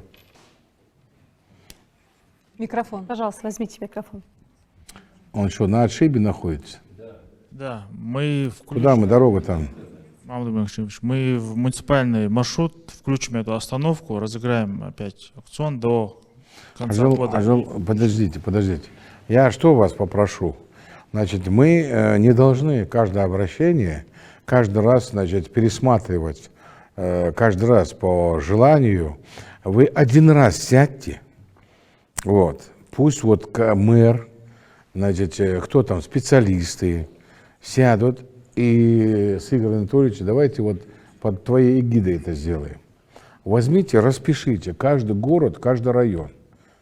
Вот месяца 3-4 займитесь этим. Распишите это все. Я почему говорю? Вот сейчас вот детский сад, давай сюда автобус. Слушайте, так мы это будем изменять. Я не хочу, чтобы мы там это не перелистывать календарь, понимаете? Менять там маршруты, остановки делать. Я не к тому, чтобы где надо сделать надо. Но выработайте какую-то концепцию. Но это, я думаю, Игорь Анатольевич, у меня просьба к вам. Вы в этой части понимаете, что, где, как. Я думаю, министерством и хоть это ведомством, другими вице-премьерами определите, я имею в виду по всем объектам, по всем городам, районам. Спокойно, 2-3 месяца возьмите, сделайте, распишите это, и чтобы это было концепт понятно всем. Не надо, потому что, знаешь, это хакимис и ант-оз, остановка оз едешь. Есть такие, понимаете, вот начальник может сказать, а ты остановку вот здесь вот протяни, вот здесь делай ее. Представляете, вот как у нас это? Так нельзя делать, понимаете? Если я улечу это, доброго не ждите. Лесом с Богом. Садитесь. Я прокомментирую. Да. Мы уже с Магасом, из горсовета Магаса встречались 2 недели назад. Также встречались с городом Малгобек и Малгобекским районом. Сейчас дальше проведем эту сессию встреч Назрань, Карабулак, Сунжа именно по этой части работы. Отработаем актуальность маршрутов и потом уже будем вносить изменения. Смотрите, я же почему вам говорю, вот вы сейчас сделали, горсовет, вы все сделали. Значит, опять же, вот где-то это не выйдет. Ничего такого нету, если Игорь Анатольевич подключится. Поверьте мне, у него опыт большой, и он вам только будет какой-то ориентир даст полезный. Я об этом говорю. Я не говорю, что вы не сделаете, сделаете. Махмуд Али Макшарипович, у нас аудиозвонок, давайте на него ответим. Говорите, пожалуйста, вы в прямом эфире, мы вас слушаем. Алло, Сиди Колчин, Хадижа Талбакова. В прошлом году я была на хадже. Вот мне очень все понравилось. Организация была очень хорошая. Очень было удобно то, что вылеты были с нашего аэропорта Магас. Хотелось, конечно, отдельную благодарность Али Махмуду Макшариповичу. Вот мой вопрос. В этом году получится ли организовать тоже выезды с нашего аэропорта, потому что уже родственники пожилые, и это было очень удобно, то, что и гостиница находилась рядом. Вот вопрос следующего характера. Получится ли в этом году организовать вылеты с нашего аэропорта Магас? Спасибо большое. Вы затрагивали Бархалд. Хажул вар. Дес Хамадиис, Далком Дулш, Вагачен. Это очень серьезный вопрос. Мы уже разговаривали, встречались. Вот комитет по хаджу, мы 3 года назад определились. Дудургов Муса у нас. Вот, и с ним имам нашего Магаса. Естественно, аккумулирует все это. Я попросил подряд 3 года. Это Хамчиев Билан. У него, он вообще эту тему хорошо знает. И, естественно, у нас первый год, 3 года назад где-то, 4, у нас не было возможности, мы всех договаривали через Грузию. У нас получилось так, что, как бы в жизни говорят, грузины хорошо относятся к ингушам, и это, наверное, верно, потому что они очень способствовали доброму отношению, и даже мне говорили, что 5-7 минут всего там и таможни, и сопроводили до аэропорта, и первый год такой у нас был. В последующем мы все-таки сорганизовали уже с нашего аэропорта.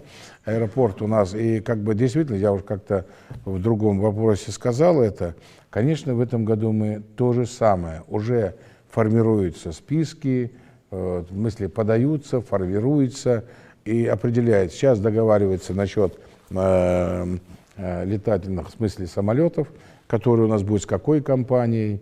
Значит, с нашего аэропорта. И там все-таки просьба к федеральным службам. Мы каждый раз обращаемся, нам не отказали. Это Федеральной службе безопасности погранслужбе и таможенной службе. Сейчас идет переговоры, и мы этот вопрос дал и Андали решим. И я думаю, что хаджул багар язях это большое дело, и я думаю, кто пожелает, и возможность какая будет у кого, значит, они смогут улететь с нашего аэропорта и вернуться сюда.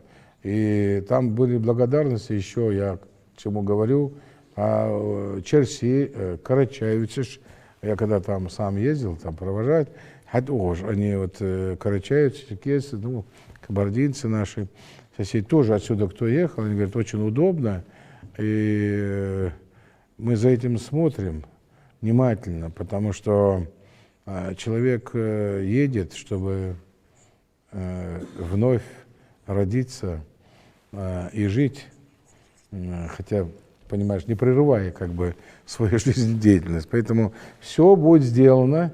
Дальше, Эндали, вот как процесс идет, программа идет, она отрабатывается. Сейчас идут все вопросы, которые мы должны решать, чтобы не было загвоздок к нам. Так что кич делаешь. Уважаемый глава, мы 3 часа в эфире, немножко выходим за рамки, но если позволите, есть еще пару важных вопросов, мы их давайте озвучим. Хорошо? До последнего вопроса. Договорились. Не надо говорить 2. Кто устал, можете уходить, что вы там. Я не устал. К вам обращается мать героически погибшего в СВО военнослужащего Мальсагова Харона Бекхановича. Айна Касумовна Мальсагова, учительница ингушского языка и литературы, 48 лет стаж. Я проживаю в Назране по улице Базуркина, дом 3, квартира 12, 3-й этаж. Наш дом признан аварийным и всех жильцов расселили. Мне выделили квартиру в 105-м микрорайоне в доме 14 на 9-м этаже. В силу возраста и акрофобии, то есть она боится высоты, я никак не могу согласиться на этот вариант. Прошу вас изыскать возможность предоставления мне квартиры в любом другом доме, кроме 14-го в 105-м массиве. И, пожалуйста, не выше 3-го этажа. Мальсагова? Мальсагова, да. Место, Айна Мальсагова. Город? Назрань, город Назрань. Базуркина 3 признан аварийным, расселили. Сейчас она живет, ей предлагают 105-й микрорайон. Я давно просил признать правительство и Минстроя. Там некоторые есть, ну, мягко скажу, нечистоплотность действий. Там у нас и квартиры, и дом есть. Вот там все, вот они со всех захода делают, как бы цап-царап махан, как бы своровать что-нибудь. Прямо говорю, не получится. Берите вот эти квартиры, вот сейчас Аздоев, разберись с этим, приведите порядок и доведите их до председателя правительства, а он мне лично. Хорошо. Если кто туда полезет, руки отбивайте. Значит, это первое. Значит, второе. Вот в этом же доме, значит, возьмите, посмотреть лично с этой, погиб у нее сын, да? Да. Да. Аладары, Тигыч, так, встретиться и посмотрите, помогите ей переехать, если это, найдите жилье, помогите ей переехать, обеспечьте возможность ей в 3-м этаже. Она бы не просила бы нас, если бы у нее была другая возможность. Понимаете? Просто там вот по этим квартирам прям... Ты же разбиралась с этим? Вот пригласи его и сядьте, разъясни ему. Если там что-нибудь, там беда будет. Я знаю, кто туда ходит, там бродит у тебя, не у тебя, а там ходит. С этим разберись. Сейчас не надо. Вот с ним сядьте, пожалуйста, Лиза Руслановна. Хорошо. И по этой квартире посмотрите, как можно ей сделать эту квартиру. Хорошо. Хорошо? Все, Баркл. Махмуд Алимов Шарипович, давайте читаю следующий вопрос. Нам пишет Залина до Киева. Добрый день. В поселке Восточный города Сунжа построили большую просторную школу, за что вам огромное спасибо. Но пока учащихся в поселке не так много, часть школы пустует. Если есть хоть какая-то возможность, выделите часть для детского сада временно до постройки учреждения, так как нам приходится возить детей в садик в город. Общественного транспорта нет, на такси каждый день ездить дорого. Пожалуйста, обратите внимание на мое обращение. Мы с мэром говорили, Умаровым. Значит, я так понял, что школу-то построили, но самопонятно действительно далеко, да? Значит, по нормативам, садись, и по нормативам, как я понял, что детский сад, какую часть там, ее нельзя там открывать, или что-то там был детский сад, запрещено. Я так понял? Понял, да. Поэтому, значит, у нас там, как мне сказали, есть перспективы постройка, да, этого детского сада. Есть? Земля отведена или нет? Земля есть. Специально сформированный под детский сад земельный участок. Есть. В центре есть, да. Вот в Восточном он будет, там он будет? Да. Так, и, Михаил, ты мне говорил, что там есть у нас перспективы. Проектно-сметная документация на 220 мест есть. Мы говорили, давайте, значит, если у меня будет встреча, наверное, с Сергеем Сергеевичем Кравцовым, значит, мы с ним давайте мне бумагу докладную и вот этот проект, что там уже у нас сделано. давайте будем говорить, и обязательно надо построить, потому что Восточный, я так понял, далековато, как мэр сказал, он далековато. Мы будем это делать. Мегди? Что? Все, спасибо. Спасибо. Мы в перспективе, проект есть, экспертиза есть, будем добиваться стройки. Но в школе нельзя этого делать. Ответ достаточен? То есть незаконно это, запрещено это законом.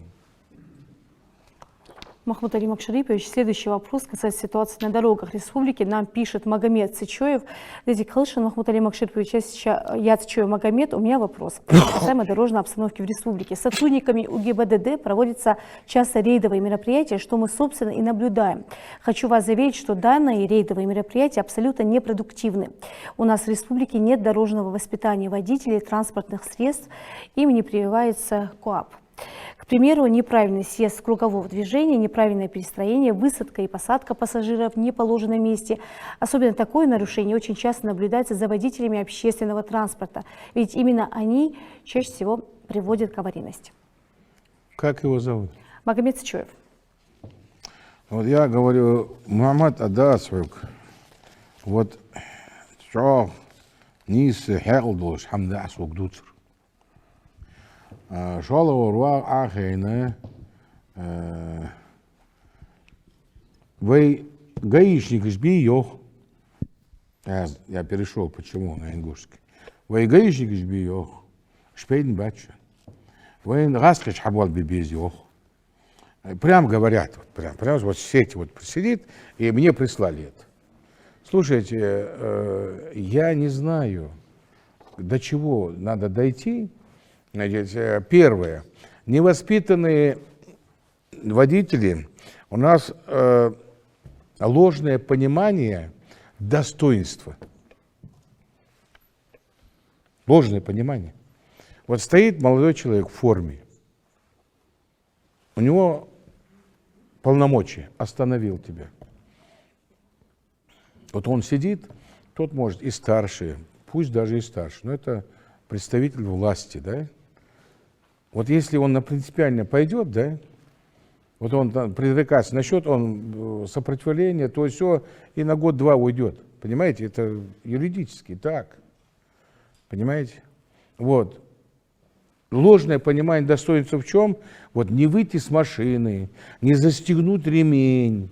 Понимаешь? Лучше разбиться. У меня это, знаете, я вообще с ума схожу. Вот эти сводки, вот это я читаю, вот буквально недавно, да, 16 лет, без прав. Вот я не понимаю, вот я хочу обратиться к родителям, вот если меня видят, буду смотреть. Слушайте, вы просто-напросто самоубийцу за руль сажаете. Если вы вот сына берете и говорите, на тебе машину, вы его суицид. Вы говорите, иди, делай, убивай себя. Но, я вам честно скажу, мне не жалко его. Так вы еще посылаете как убийцу еще. Нахбави. А заяха шахеты ждали. Ну как можно в 16 лет садиться за руль, едет, убивает себя и еще кого-то убивать. И так постоянно. Что это такое? Слушайте, дороги сделали, куда мы приехали?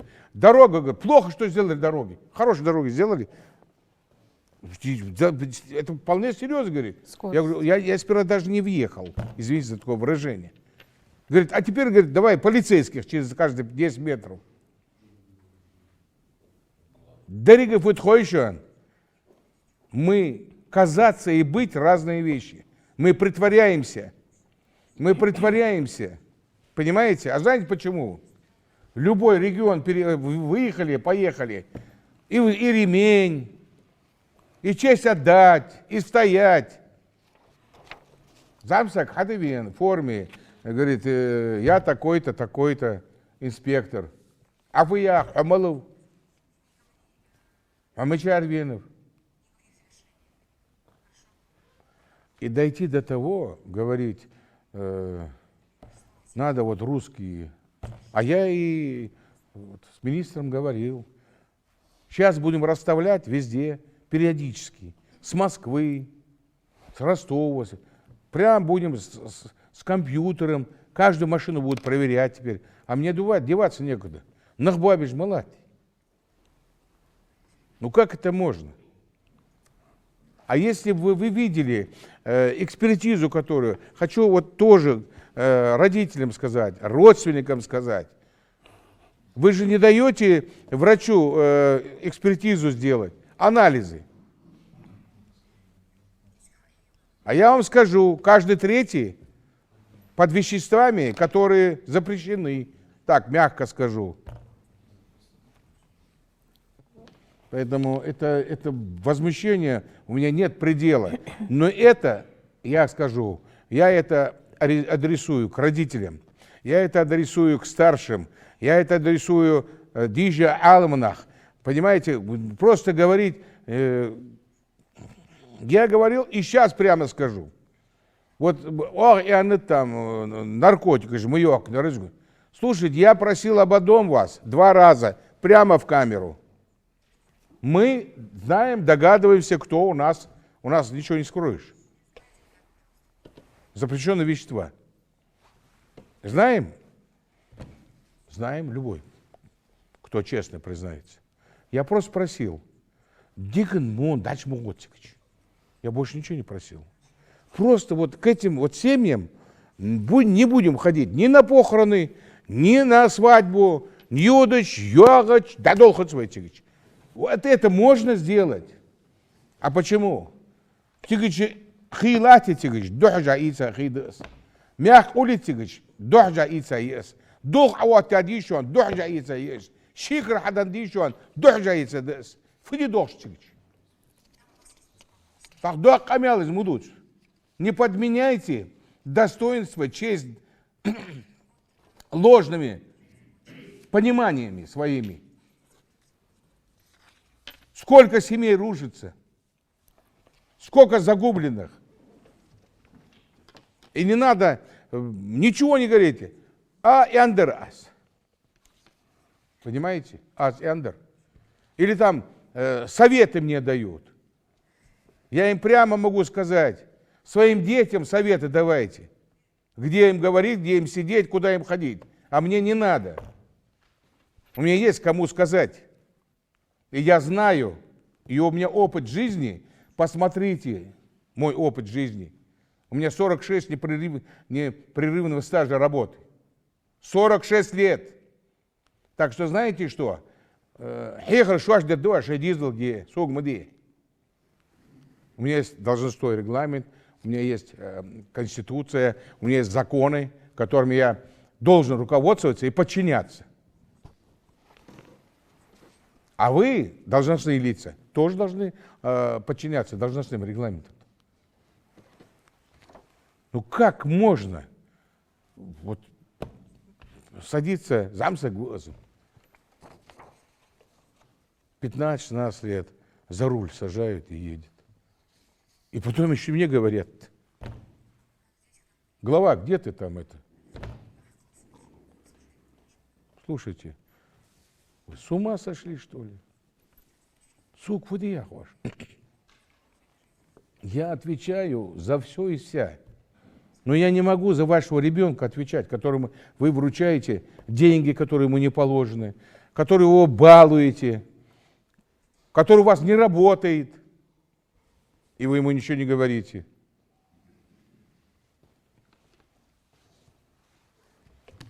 Любая ситуация, которая возникает, Бог, баба, сейчас рабочих мест сколько? А те академии открыли, вон, пожалуйста, иди, выучись. И, знаете, мне грустно и больно от этого, что люди считают, кто-то что-то им должен. За что? Слушайте, вам никто ничего не должен. То, что положено вам, государство вам дает. У нас только на зарплату. Да, ты мне говорил. 17 миллиардов в год. 17 миллиардов в год. На зарплату нам поступают деньги в республику. Это не бюджет наш, у нас за 30-31. Отдельный бюджет наш. Это только на это. Зорбек Зезевлуев, Сколько пенсионных у нас финансов поступает на республику? Микрофон, пожалуйста, возьмите. На пенсионное обеспечение более 21 миллиарда рублей в год. В год. 21 миллиард. 17 миллиардов. Минтруде. Сколько по вашей линии пособий? По нашей линии где-то 2 миллиарда. 2 миллиарда. Да. Так вот, смотрите, я к чему это говорю? Я к чему говорю? Знаете, что делает президент Российской Федерации? Что делает правительство? О чем нас просят? Слушайте, мы вам обеспечиваем, вы свет платите, пожалуйста. Телефон вот не работает, сразу я говорил, что да, сразу находит деньги. Телефон, отдай за свет, за газ, налоги заплати.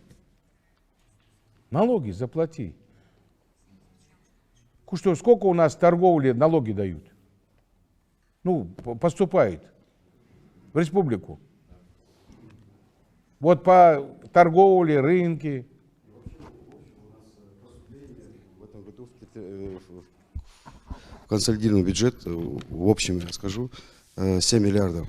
Это почти на миллиард больше, чем в прошлом году. А можем собирать сколько, если бы у нас сплотили бы? Ну, конечно, у нас вот с имущественными налогами у нас порядка свыше 700 миллионов рублей задолженность. Это имущественные налоги, транспорт, земля, имущество. Я к чему это говорю? Я хочу каждому, кто вот говорит, знаете, вот начинает говорить, а Фадиат войне, Москва. Слушайте, я вам говорю, 2, 17, 21, 40 миллиардов поступает только на зарплаты, пособия и это. Но слушайте, нам говорят, вы работу свою выполняете, вы делаете. Поэтому я каждому благодарен. У нас трудяги, у нас вот в сельском хозяйстве, да, такие трудяги работают, понимаете. Вот я вам даю слово, у нас урожай, у нас нормально все идет. У нас в строительстве мы строим, мы построили, вот сдали 37 школ под ключ за 4 года. И ни одного замечания. 49 только детских садов. Другие регионы могут 5 школ построить, 2 школы не могут. А мы под ключ дали. Еще 25 доделали. Вот у меня список, вот как-то оставлю корреспондентам, вот специально оставлю. Вот, которые 25 объектов оставили, которые бросили просто. А мы их достраивали, достроили.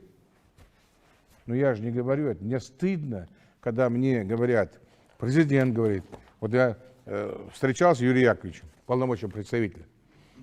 Вот он говорит, он нам помогает, он звонит даже, знаете, помочь нам по сельскому хозяйству, по Минприроде помочь. Понимаете? Вот экосистема, да, судились. Слушайте, они местные, берут, значит, мы судимся им 3 года. Полигон. Много говорю? Нет, пока укладываемся. Я к чему говорю? Я просто не хочу нарушать регламент ваш. Ну, раз уж нет, они судятся, опять судятся. А у нас в мусоре все. Главам говорю, вы что делаете? Сейчас другую завели, ну, приказом там ввели. Дошло до того, что, значит, Юрий Яковлевич обеспокоен. Звонит мне, говорит, слушай, разберись там. Вице-премьер звонит, разберись. Знаете почему? Потому что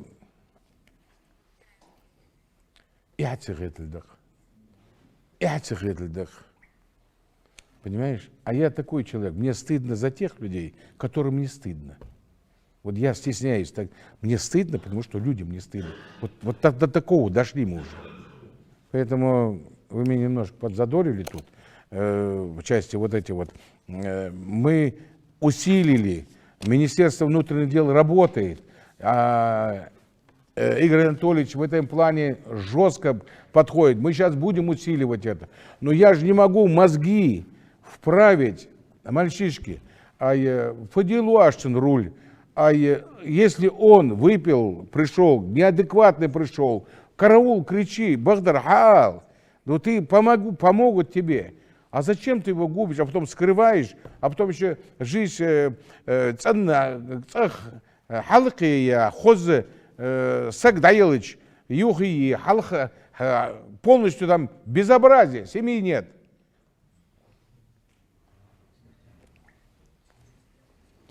Нельзя так, понимаете? Я говорю, ложное понимание достоинства, понимание, и я это вижу часто слишком, понимаете?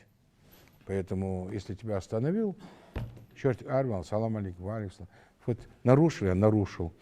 Слушай, ну, в крайнем случае, Амалов,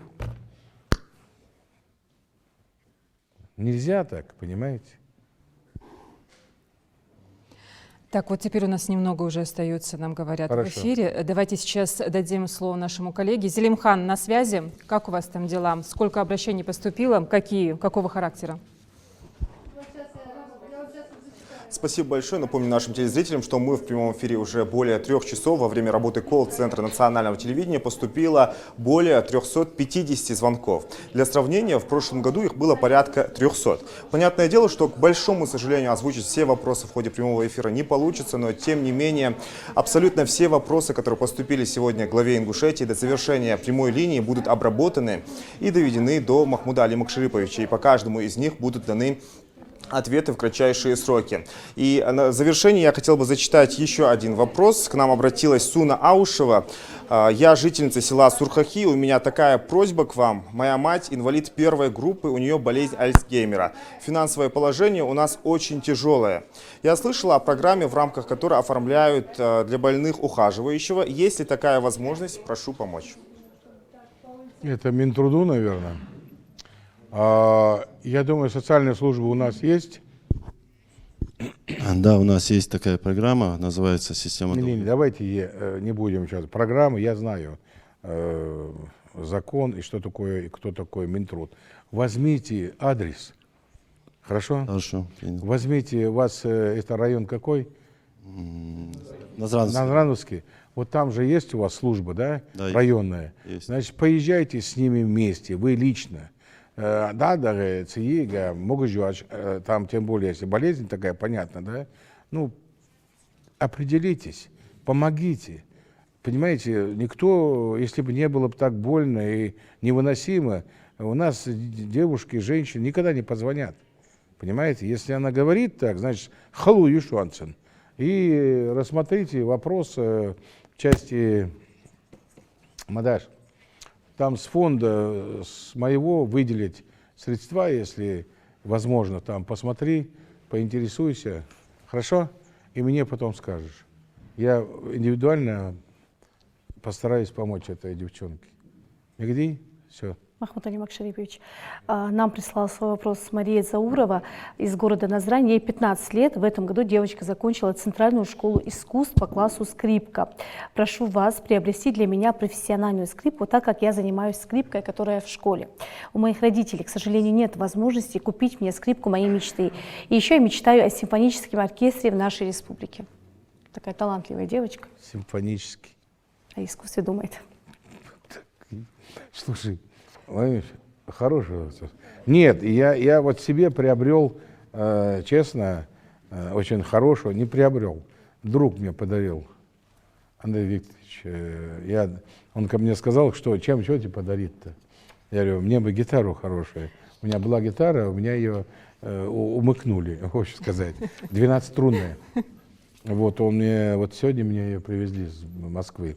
Вот, то есть он ее передал для меня, 12-струнную гитару хорошую, вот японская, она там очень дорогая. Значит, гитару я уже дарил. Так, что я еще? Скрипку. Зарина Исраиловна, без вашей помощи не получится. Где она? Где министр Вышла культуры? она, по-моему. Ничего себе. А? Так, кто у нас к музыке-то? Кто? Мадаш. А мне нужно по скрипке Зарина Исраиловна пусть свяжется. Вот там уже скрипачки у нас есть. И обязательно дайте мне, я не знаю, скрипку-то Страдивари, конечно, я где-нибудь не куплю, Я думаю, об этом речи где-нибудь не идет. артефакты, да, вот. Ну, надеюсь, что я найду скрипку, и давайте пообещаем, слово даю, я и приобрету обязательно. Будет такой приятный скрипку. подарок на Новый год от вас. Вот как раз к Новому году это будет сделано. А дело в том, что по культуре мы очень много сделали и закупили более 600 инструментов. Вот за эти 3-4 года у нас не было, повторюсь, может быть, знаете, на 19-м году, на День народного единства, у нас не было пианино в республике или рояля. И мы с Ростова его привезли нарочным, то есть вывозом, самовывозом. Я переслал деньги и привезли мы. Поэтому инструментами у нас все хорошо.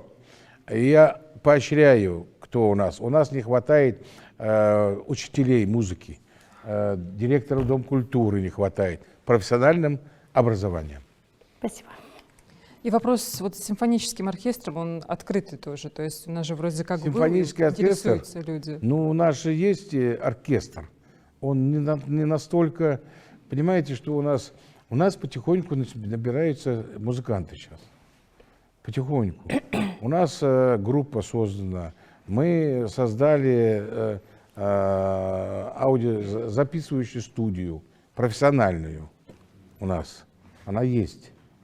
Мы можем это делать. Дело в том, что как-то привлекали, ну, я скажу, с других регионов у нас. Был один там дирижер, потом второй был, а сегодня Костоев такой есть, по-моему, Аслан.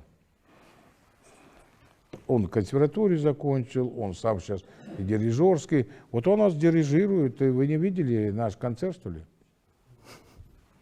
Ну так спрашивают.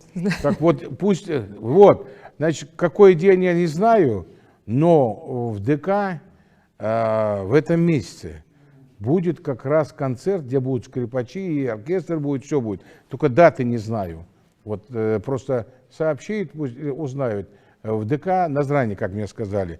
Потому что мне по программе есть, но я туда навряд ли попаду. Поэтому вот, ну, мне записывают это. Поэтому будет у нас, и есть он уже, но не такой массивный, как мы хотели бы. Потому что у нас вот тоже ложное понимание специальности профессии.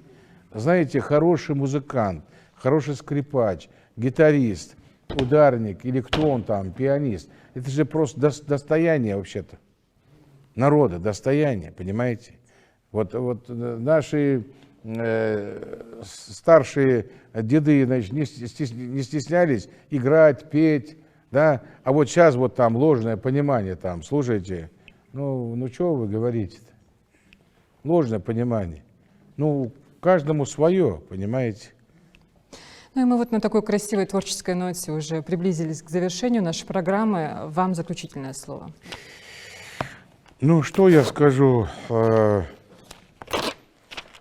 Я немножко с грустного. Вот все главы районов, городов, как-то я вам говорил это, а вот 85% вопросы ваши, может 70%. Поднимайте все обращения, поднимайте все проблемы, идите по дворам, собирайте людей, говорите с ними, решайте их вопросы. Первый, что душу антижлатырыш. Ко мне не всегда поведешь, я не всегда могу.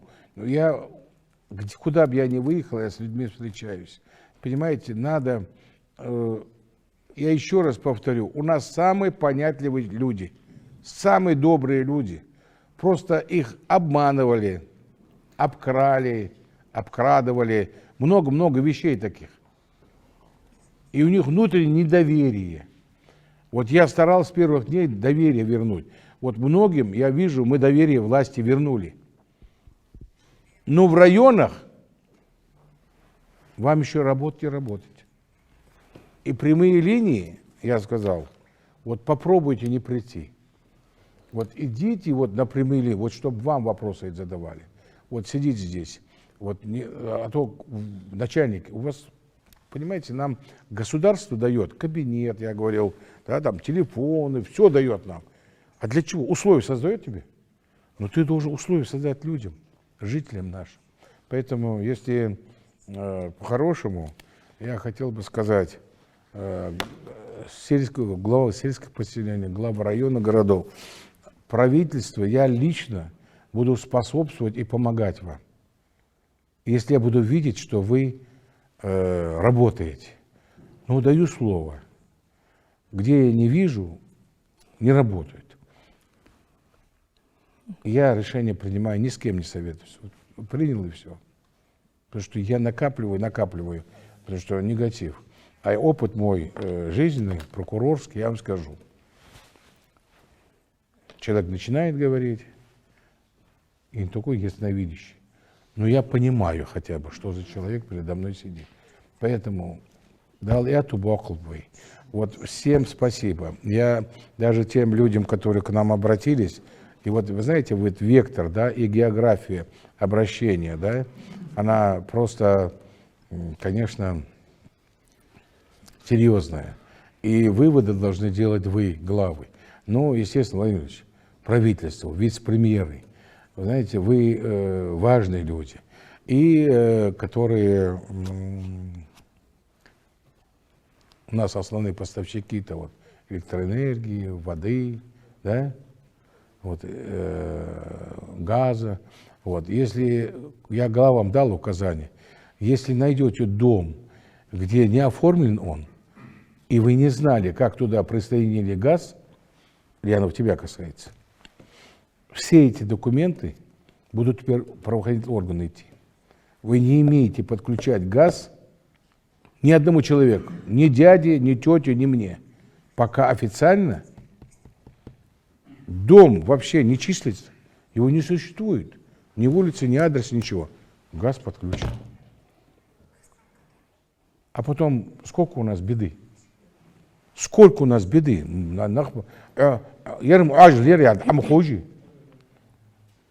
Ай дал, лорди мы йох. Лорди йох, он дал. Поэтому будьте добры уже. Вот. Ну и в конце я хотел бы сказать спасибо вам, ведущим, что силы терпения нашли. И в целом чаще встречаться. Спасибо, уважаемый Ну глава, что ж, за откровенный разговор. Мы завершаем нашу прямую линию с главой Ингушетии Махмудом Али Калиматовым. Спасибо вам большое за то, что ответили на вопросы жителей. Нет никаких сомнений, что они останутся, все они будут обработаны. Да, будет работать специальная комиссия, рабочие группы, так что не переживайте, все вопросы рассмотрят. До новых встреч, до свидания. До свидания.